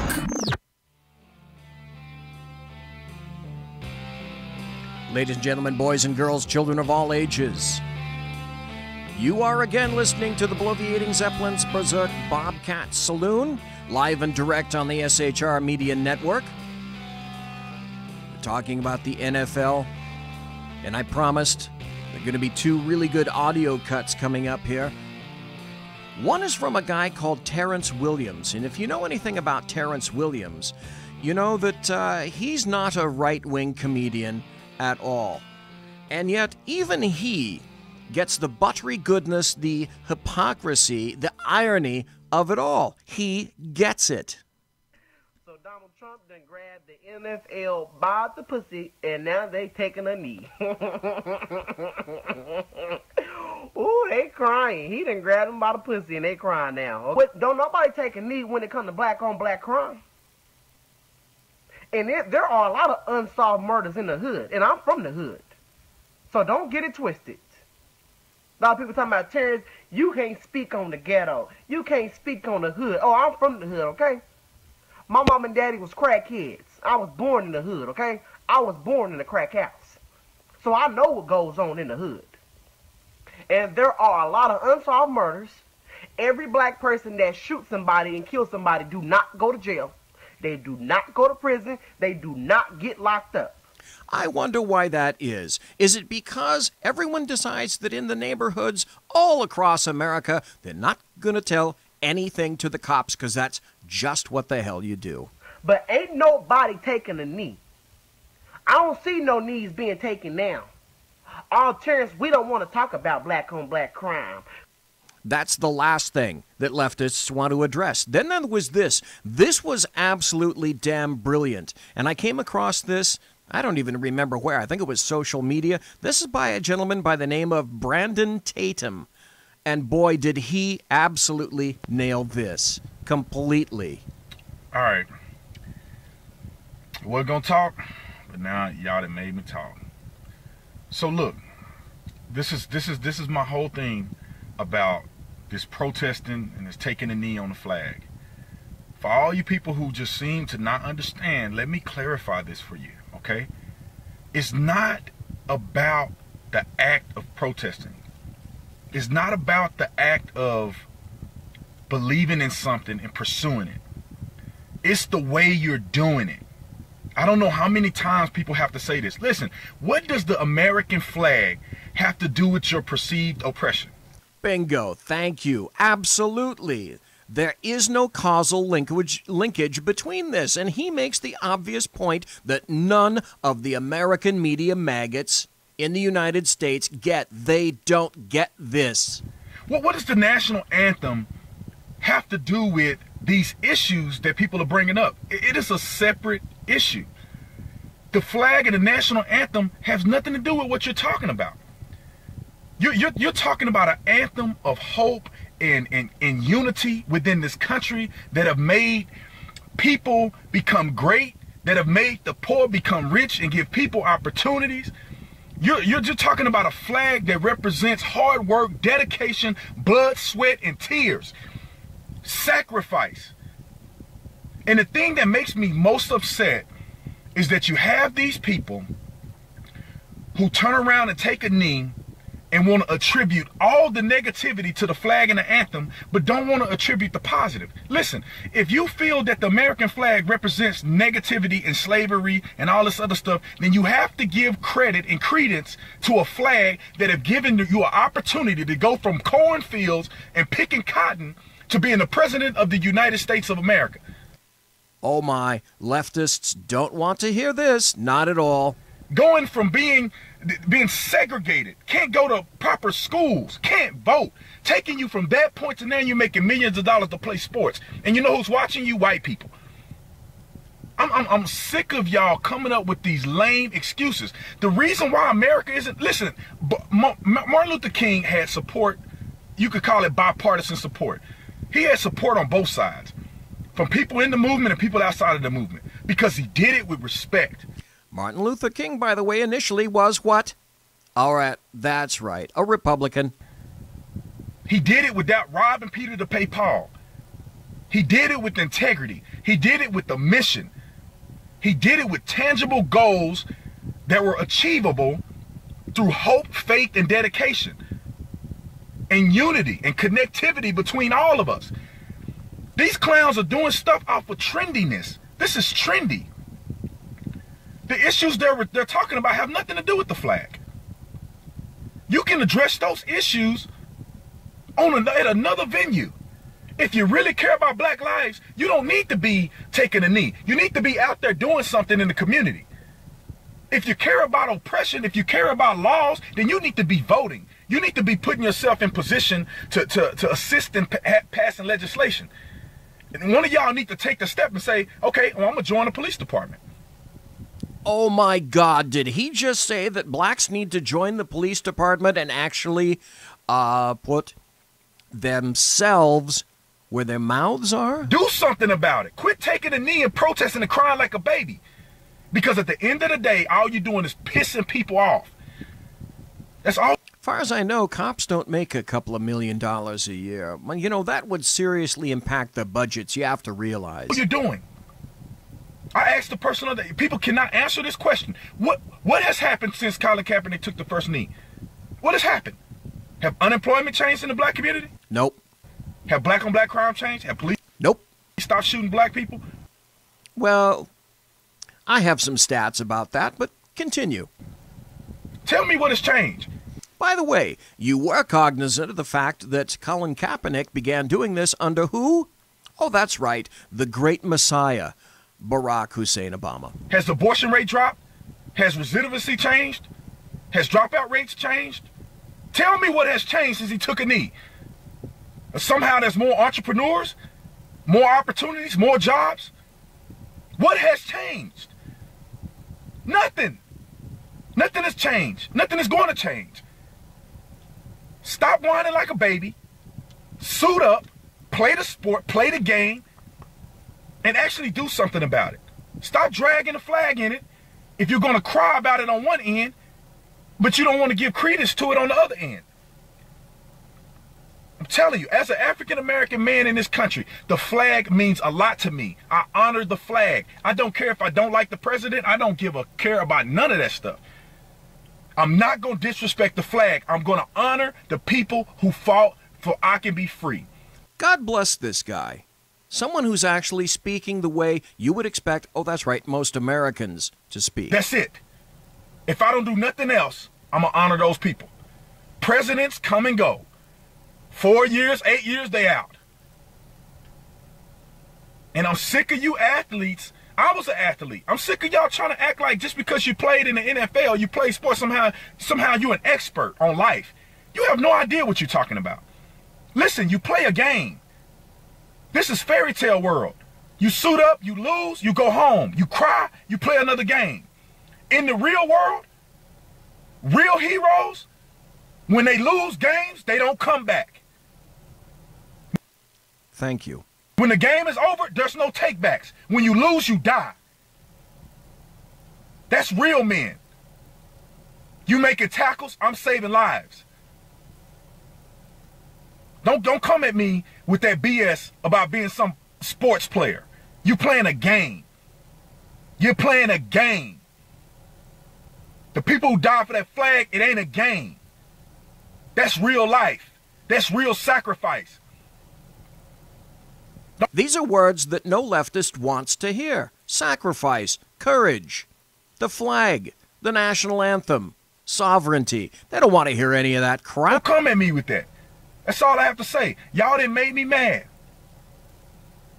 This country is greater than that. All you clown athletes, you ain't nothing. And I'm going to say this and I'm off here. For real this time. Listen, Donald Trump is a billionaire who's now the leader of the greatest country that ever existed. Cry me a river. He ain't worried about you crybaby athletes. You are here today, gone tomorrow. Relevant today, you ain't signed tomorrow. You have a leg injury, you are irrelevant. Remember that. Remember who paid your salary. Remember who's filling these seats that's paying you money. You ain't making money just because you're a good athlete. You're making money because people want to watch you. People are supporting you. And when you spit in their face, they will no longer support you. Thank you. And that's what's happening with the NFL. And that's how it's being perceived by everyone else outside of the NFL. When you talk trash, they will no longer be a part of that.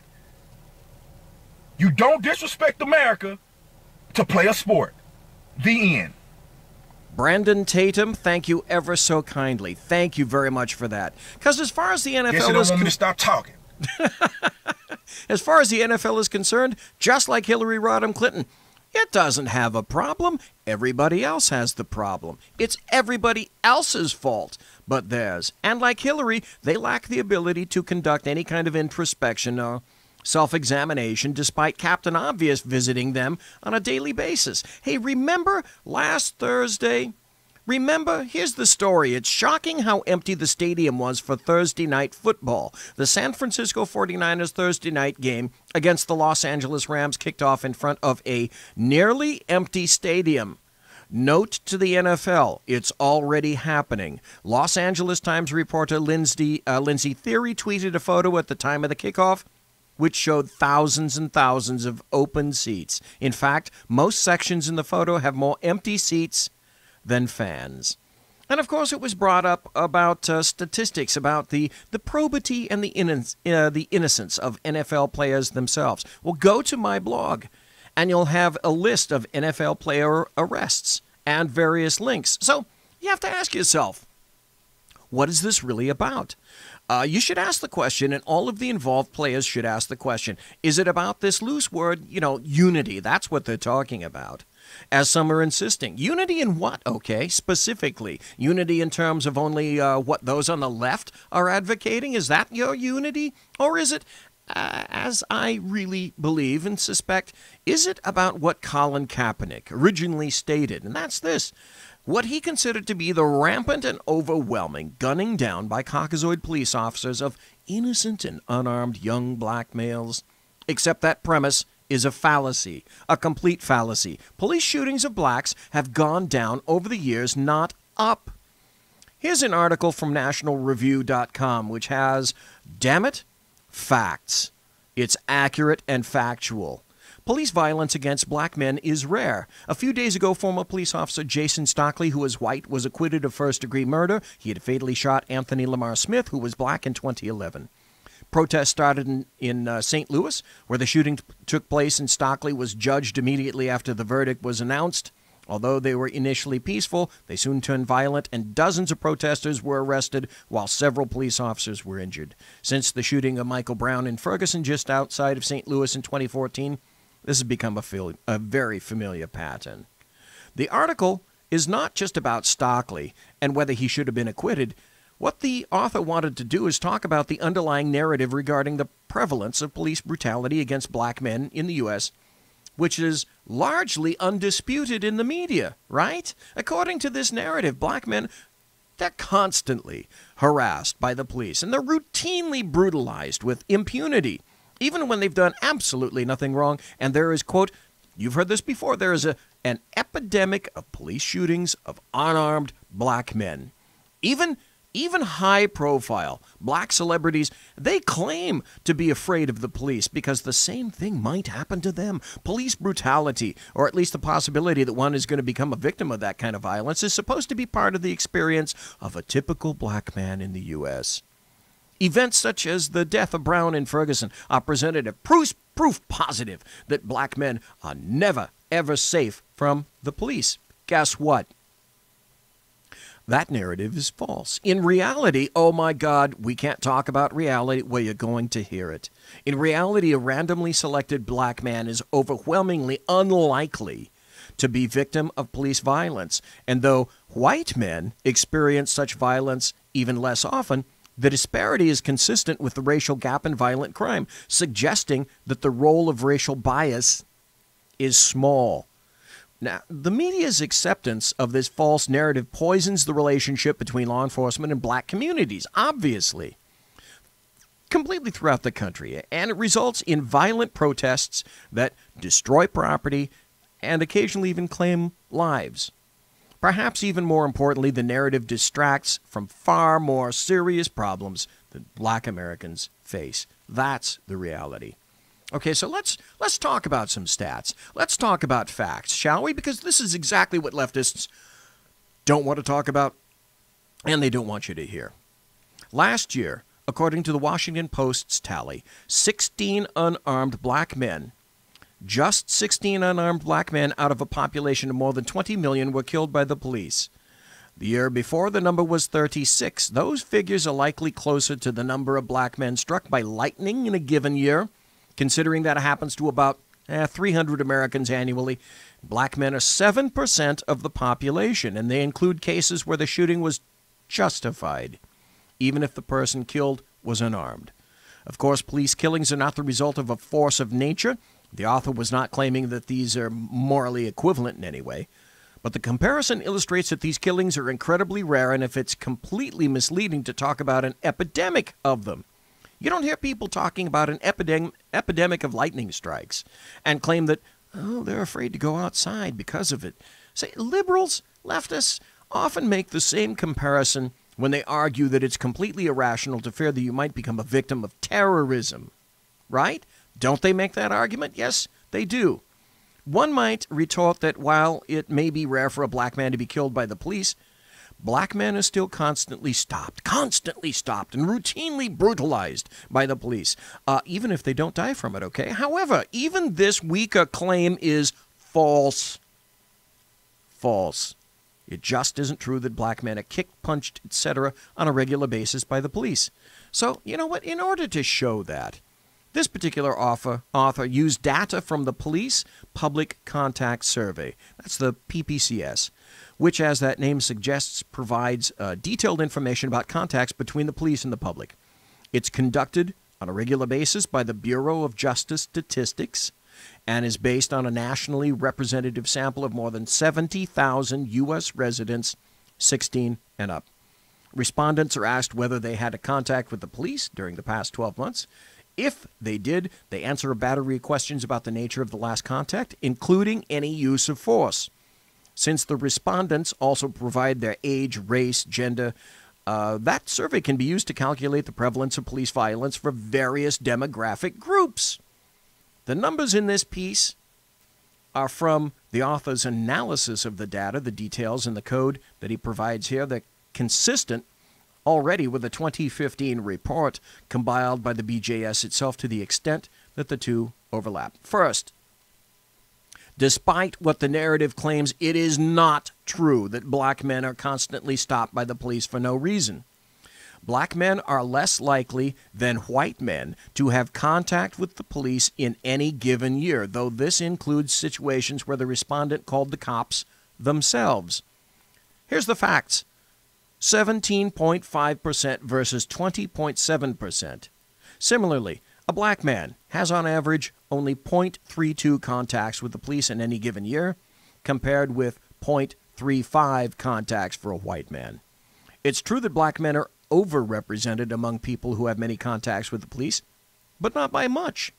Only 1.5% of black men have more than 3 contacts with the police in any given year, whereas 1.2% of white men do. Okay, so if you look at how often the police use physical force against men of different races, you find that there is indeed a racial disparity. But that is the experience is rare across the board. 0.6% of black men experience physical force by the police in any given year, while approximately 0.2% of white men do. To be fair, these are probably slight undercounts because the survey doesn't allow us the author to identify people who didn't experience physical force during their most recent contact, but they did experience such force during a previous contact in the same year. Okay, what about force? All right, further.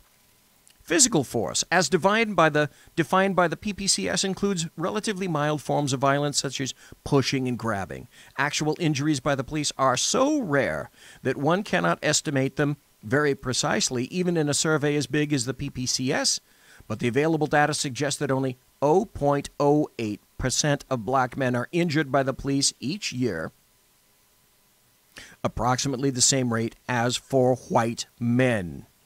A black man is about 44 times as likely to suffer a traffic-related injury, according to the National Hospital Ambulatory Medical Care Survey.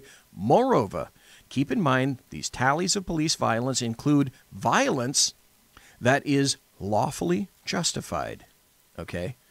Now, it's true that there are significant differences in the rate of men of different races in terms of how they experience police violence. 0.6% is triple 0.2%. But although people often equate racial disparities with bias, this inference is fallacious, as in false. As can be seen throughout an analogy with gender, men are vastly more likely to experience police violence than women are. But while bias may explain part of this disparity, nobody doubts that most of it has to do with the fact that men are, on average, far more violent than women. And similarly, if black men commit violent crimes at much higher rates than white men, you know what? That might have a lot to do with the disparity in the use of force by the police. Do leftists think about that or talk about that? No, they don't want to talk about it. That's the last damn thing they want to talk about. Now, this is evident in the National Crime Victimization Survey. That's another survey of the public conducted by the BJS. Interviewers ask respondents if they have been the victim of a crime in the past 12 months. And if they have, respondents provide information about the nature of the incidents, including the race, ethnicity of the offenders. And that makes it possible to measure racial differences in crime rates without relying on data from the criminal justice system, in which racial bias could lead to higher rates of arrest and conviction for black men, even if they commit violence at the same rate. So, NCVS data from 2015, oh my God, I'm going to talk about stats again. The most recent year available suggests that black men are 3 times as likely to commit violent crimes as white men. Does anybody factor that into the equation? Do leftists want to talk about that? Do Democrats want to talk about that? Do the American media maggots want to talk about that? No, they do not. To the extent that cops are more likely to use force against people who commit violent crimes, which they surely are, this could easily explain the disparities that have been observed in the rates in which police use force. Now, that's not to say that bias plays absolutely no role whatsoever. It probably does play one, but it's unlikely to explain a very large portion of that discrepancy. And so instead of consulting statistics, maybe folks should defer to black Americans' own perceptions of how the police treat them. At various polls, as various polls have demonstrated, black people are much more likely than white people to think that police violence against minorities is very common. But the issue cannot be settled that way. Since individuals have direct knowledge of what happened to them personally, you can trust them about that. But when it comes to larger social phenomena, people's beliefs are influenced by far more than just their personal experience, including the media. The far more compelling fact is that if you draw a representative sample of the population and ask each black man in that sample whether a police officer has used physical force against him in the past year, you'll find that it is extremely rare. Now, On many issues, leftists have no problem recognizing this problem. For instance, there's a cottage industry of articles deploring the fact that although crime has fallen spectacularly in the U.S. since the 1990s, most Americans believe it has increased. But that's false. Liberals are absolutely right to point out this misperception, but if people of any color can be wrong about this, there's no reason to think black people can't be wrong about the prevalence of police violence against minorities. Okay, well, that's enough of that article. Now let's talk to Heather McDonald. She's a significant author and a member of the Manhattan Institute, and she is pretty much the queen of law enforcement facts and statistics. She notes more facts.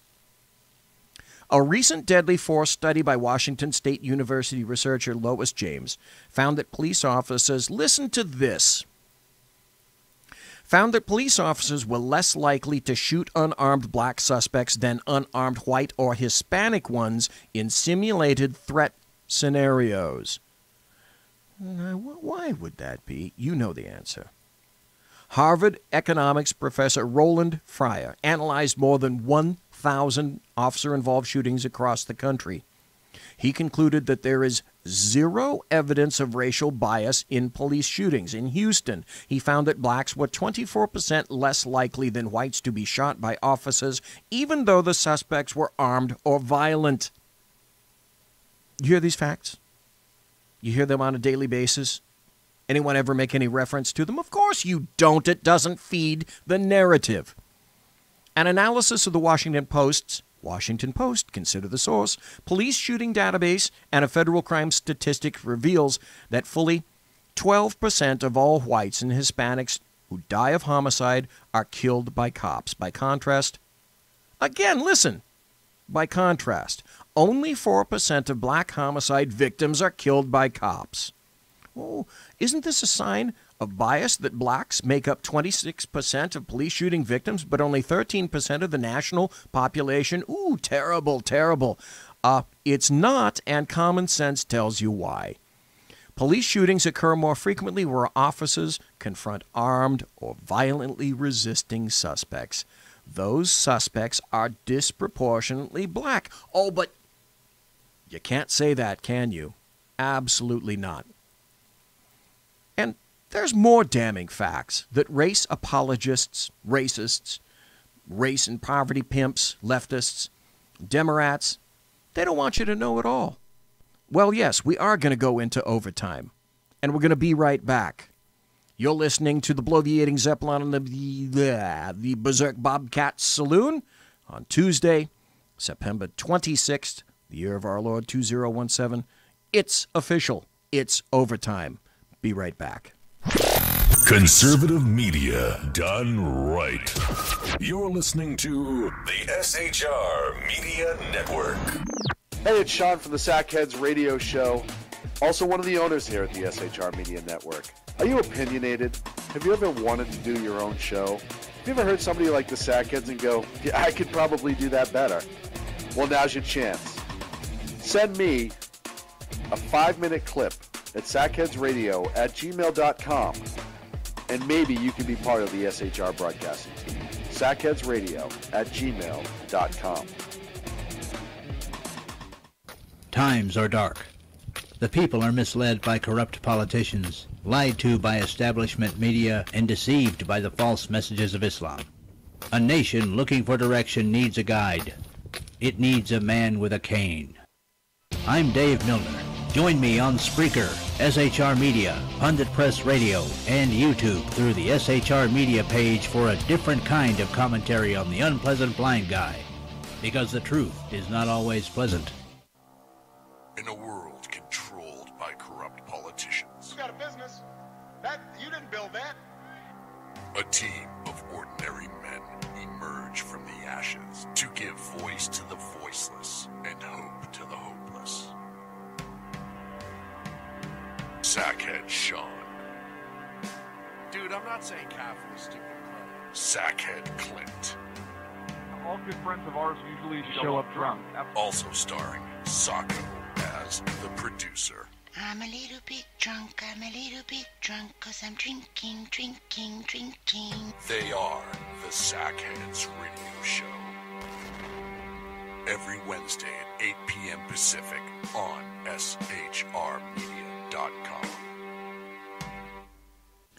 The bloviating Zeppelin.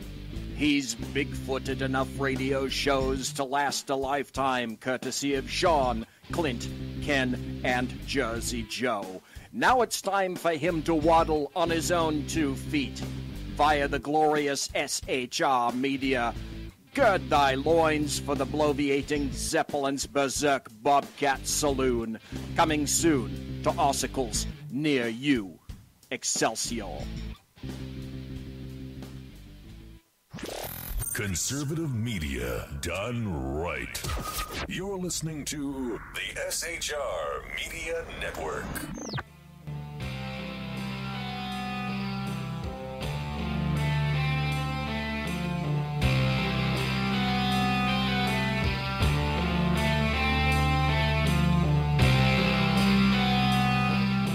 Ladies and gentlemen, boys and girls, children of all ages, this is the final overtime segment of the Berserk Bobcat Saloon. Bloviating Zeppelin's Berserk Bobcat Saloon on the SHR Media Network. We were talking about stats, about blacks, and crime. And isn't that what Colin Kaepernick was protesting about in the first place? Isn't that why all these people are taking knees in the NFL? Well, I was talking about, let's look at the stats about that. Let's look at the reality. And now I'm talking about a Heather McDonald article. And it goes like this. According to the most recent study by the Department of Justice, although blacks were only 15% of the population in the 75 largest counties in the U.S., they were charged with 62% of all robberies, 57% of murders, and 45% of assaults. In New York City, blacks commit over 3/4 of all shootings, though they are only 23% of the city's population. Whites, by contrast, commit under 2% of all shootings in the city, although they are 34% of the population. New York's crime disparities are repeated in virtually every racially diverse city in America. The real problem facing inner-city black communities today is not the police. Oh, it's shocking to reveal. It's the criminal. In 2014, for example, over 6,000 blacks were murdered. More than all white and Hispanic homicide victims combined. Okay, so you have to ask yourself, who's killing them? Not the police and not white civilians, but other blacks. In fact, a police officer is 18.5 times more likely to be killed by a black male than an unarmed black male is to be killed by a police officer. Repeat that again. A police officer is 18.5 times more likely to be killed by a black male than an unarmed black male is to be killed by a police officer. No one will tell you that. No one wants you to know that because it doesn't fit the narrative. If the police ended up, tell you what, if the police ended all use of lethal force tomorrow, all of it, it would have a negligible impact on the black death by homicide rate. And that's shocking to think of, but it's true, it's accurate. In Chicago, through just the first 6.5 months of 2016, over 2,300 people, 2,300 people were shot in Chicago. That's a shooting an hour during some weekends. The vast majority of the victims were black. During that time period, the Chicago police shot 12 people, all armed and dangerous.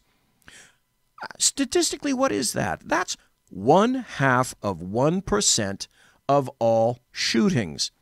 The problem now is that crime is actually going up. But you knew that already, didn't you? Here's an article from UPI, United Press International. FBI, violent crime up in 2016 for second year in a row. Violent crime across the United States increased in 2016 for the second year in a row, a climb of 4% according to annual figures released by the FBI. The 2016 violent crime rate was 386 offenses per 100,000 inhabitants, up from 373 in 2015, and the highest figure since 2012. The FBI said last year there were 1,248,185 violent crimes, which included murder and non-negligent manslaughter, rape, robbery, and aggravated assault. The report noted that those types of crimes increased across all population categories. The 2016 rate, though, was still 18% lower than it was, 18% lower than it was a decade ago. And the murder rate was 6% lower. The Justice Department said the data report, quote, reaffirms that the worrying violent crime increase that began in 2015 after many years of decline was not an isolated incident. What a shock to hear the truth. You know, I know why. I suspect you know why. It's called proactive versus reactive police philosophies. Because, you know what, you can only yell that communities are over-policed at law enforcement for so long before they begin to take you up on that demand to reduce. That's what they're told to do by the community, by their administrators, by the media. Isn't that true? Isn't that true? They're told you over-police. Well, if pretty soon, sooner or later, because they're people, they're human, they're going to start to take you up on that. And they're going to start to believe it themselves. And proactive law enforcement begins to drop. So, you know, all that said, why are so many people caving in to what appears to be protests that are based in ignorance? Remember Black Lives Matter? That was created behind the falsehood of hands up, don't shoot. Officer Darren Wilson. And that was proved to be false in Ferguson. 100 FBI agents descended upon that town, and after everything was said and done, Darren Wilson was exonerated. No one wants to hear about that. Black Lives Matter, hands up, don't shoot. That's false. That's a fallacy. Okay. So why are so many people caving in to what appears to be protests based in ignorance? It's easy. You know it and I know it. The NFL is a business. And as a business, Roger Goodell and the NFL team owners realize that the NFL is 70% black. That's no shock. What this means is the NFL itself, as I told you earlier, the NFL fears its players. More protests, possible walkouts. Oh, my God. The NFL fears its players more than it fears you, the purchasing and attending public. You'll come back. You always have. You always will. Because, quite frankly, the NFL is counting on it. They're counting the greenbacks on it. They're counting the millions of dollars on it that you give them in your discretionary cash. Despite what leftists and anarchists are pushing, this is, at least for the time being, a free country, right? It's a free country. So players, as long as they don't have any contractual conflicts, the Dallas Cowboys may or may not have a contract that says something like that. So players, aren't they? They are free to take a knee and refuse to attend the national anthem as they wish. It's a free country. And the owners are free to support their players. And Roger Goodell is free to support all the players who take knees or refuse to attend the national anthem wholesale. And guess what? Just as I am free to say this on the internet, on the SHR Media Network, I'm free to not just disagree, but disagree vehemently as I do. And I'm free to stop watching the NFL and ESPN. I've pulled the plug. Fuck the NFL. I'm done with you. ESPN, I pulled your cord. I'm not funding you anymore. Go to hell. I'm free to cut the cord to cable companies who still make. The reason I did is because they still make me pay for bullshit. Things that go against my views. Having anything to do with, I don't know, say Disney, ESPN, CNN, CNBC, MSNBC, CNN Headline News, Comcast, CBS, blah, blah, blah. And I'm free to compile a list of advertisers who support the NFL. You want to see that list? Go to my blog, bloviatingzeppelin.net, and go to my blog post called Fuck the NFL. Can't be much more complicated than that. And so I'm free to publish all that information, far and wide on social media, on the blog, on the air here at SHR. We're all free for the time being. So, you know what?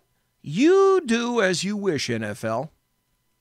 And I'm going to do as I wish, right? I have some final thoughts for those NFL players who decided to take a knee or otherwise disrespect our country, our flag, and our American pride on Sunday. Let me tell you why the rest of us, black, white, and brown, stand for that anthem and salute that flag. We stand to pay our respects to the Americans of all races and ethnicities who have paid the ultimate price to protect and defend the greatest nation on the face of the earth. This is Tommy Lauren, by the way. She's on Fox News now. We stand to acknowledge our American brothers and sisters who can no longer stand and salute the flag or sing the anthem. We stand out of respect for the husbands, wives, sisters, brothers, mothers, fathers, and children who have watched their loved ones come home in a casket under that flag. That's why we stand. And why do you sit? Oppression? What about taking a knee to protest the shootings and gang violence in Chicago? Just like I said, because these NFL players, they're so terribly oppressed, are they not? The violence that has run the death toll up to nearly 500 so far this year. You know, that gang violence and inner-city crime our police officers have to respond to day in and day out? Yeah, Black Lives Matter say Black Lives Matter, but according to leftists and Democrats and city officials in leftist cities all across the United States, as far as they're concerned, black lives don't matter a whit. They're about as useful as Kleenex, and they're great political fodder, aren't they? Sure they are. The violence they put their lives on the line to prevent, and the time they spend in those communities to protect and defend the innocent men, women, and children caught in the crossfire. Do you sit for that?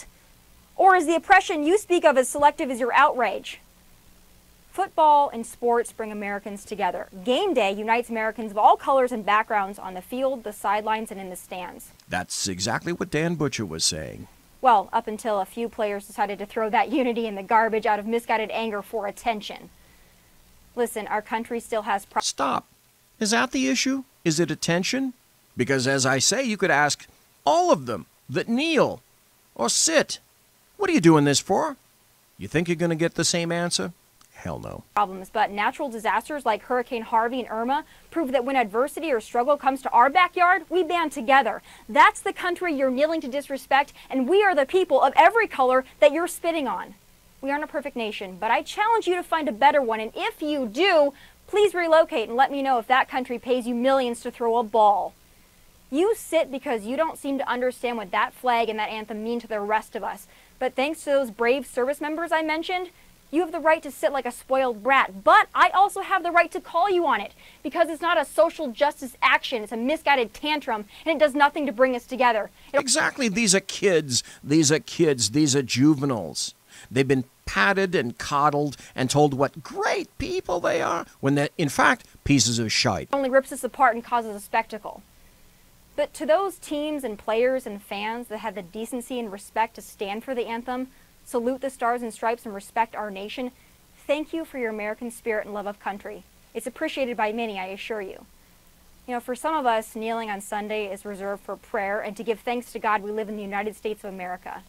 From Los Angeles, God bless, and take care. Okay, here's the deal, but even so, it's bigger than that. It's bigger than the NFL. You have to step back and look at the big picture. Even so, the bottom line is this. It's not about the NFL. It's not about ratings. It's not about attendance or ticket sales or viewers. It's something much larger.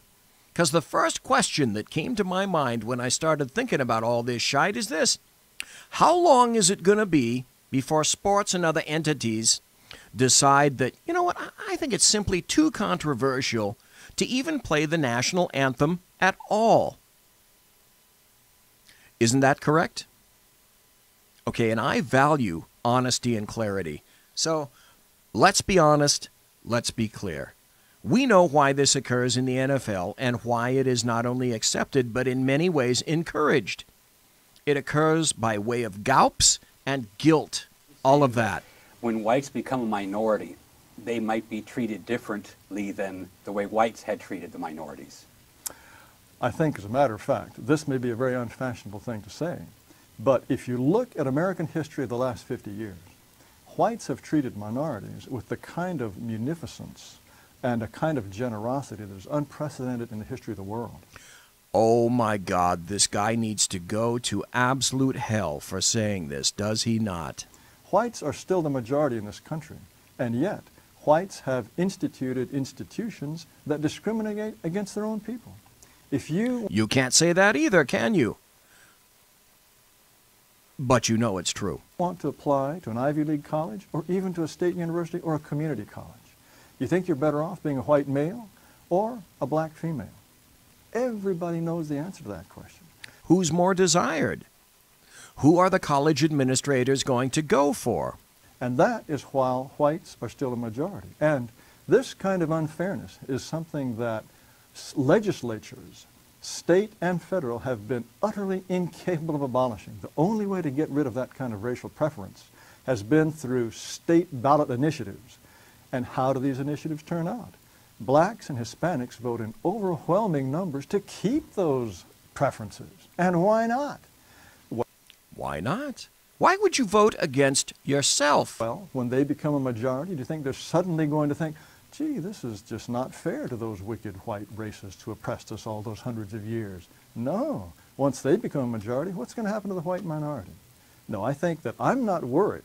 If I were expecting the coming non-white majority to treat whites the way whites have treated non-whites for the last 50 years, I'd say go right ahead. Not going to happen. It isn't going to happen. Because it's all about this. I told this to Melanie Collette. I told this to anybody and everybody that's listening. Because the bottom line is, you say it's about race and people make it about race. Even that is immaterial, because I say bottom line, no one is equal until everyone is equal. And everyone is not equal right now. And it's even larger than that. Go up another level. It's much, much larger. It's in my opinion, about the total dismantling of this nation by leftists. This NFL, blah, blah, is just a small portion of it. It's about the removal of our Constitution. It's about the removal of our Bill of Rights via the installation of the Cloward-Piven strategy. If you don't know what that is, go look it up. And the subsequent rebuilding of the entire nation and the rewriting of our Constitution, eliminating the Bill of Rights. Negative versus positive rights in the Constitution.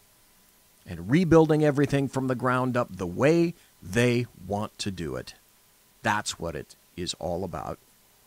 But in the meantime, Black Sunday the 24th was the day the NFL pounded the final nail into its own coffin. They did it themselves. Lines are drawn, okay? I am pushback. And as far as I'm concerned, so fucking be it. Monsieur has been locked!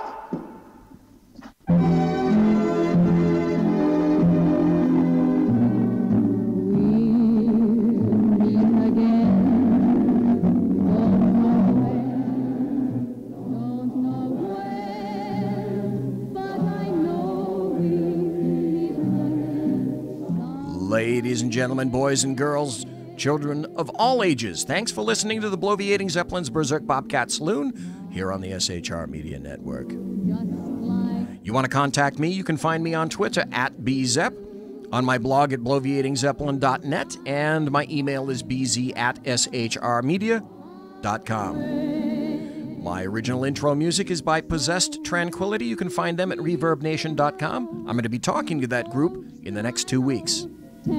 Promotional consideration by Lockheed Martin, Skunk Works, and the Boeing Company. If it ain't Boeing, I ain't going. And also by Pratt & Whitney Engines. Thrust, you can trust.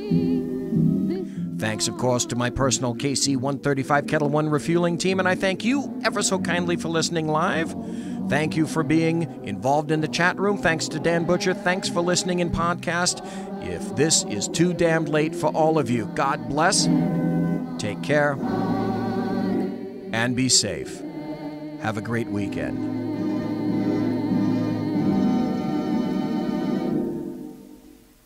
quiet down now and get some sleep. Good night, everybody. Good night, Mama. Good night, Ben. Good night, everyone. Good night, Mama. Good night, Daddy. Good night, children. Good night, Daddy. Good night, Elizabeth. Good night, John Boy. Good night, Jim Bob. Good night, Jim Bob. Good night, Jim Bob. What's going on? I was asleep. What's everybody doing? Good night. Good night, Jim Bob. Go to sleep.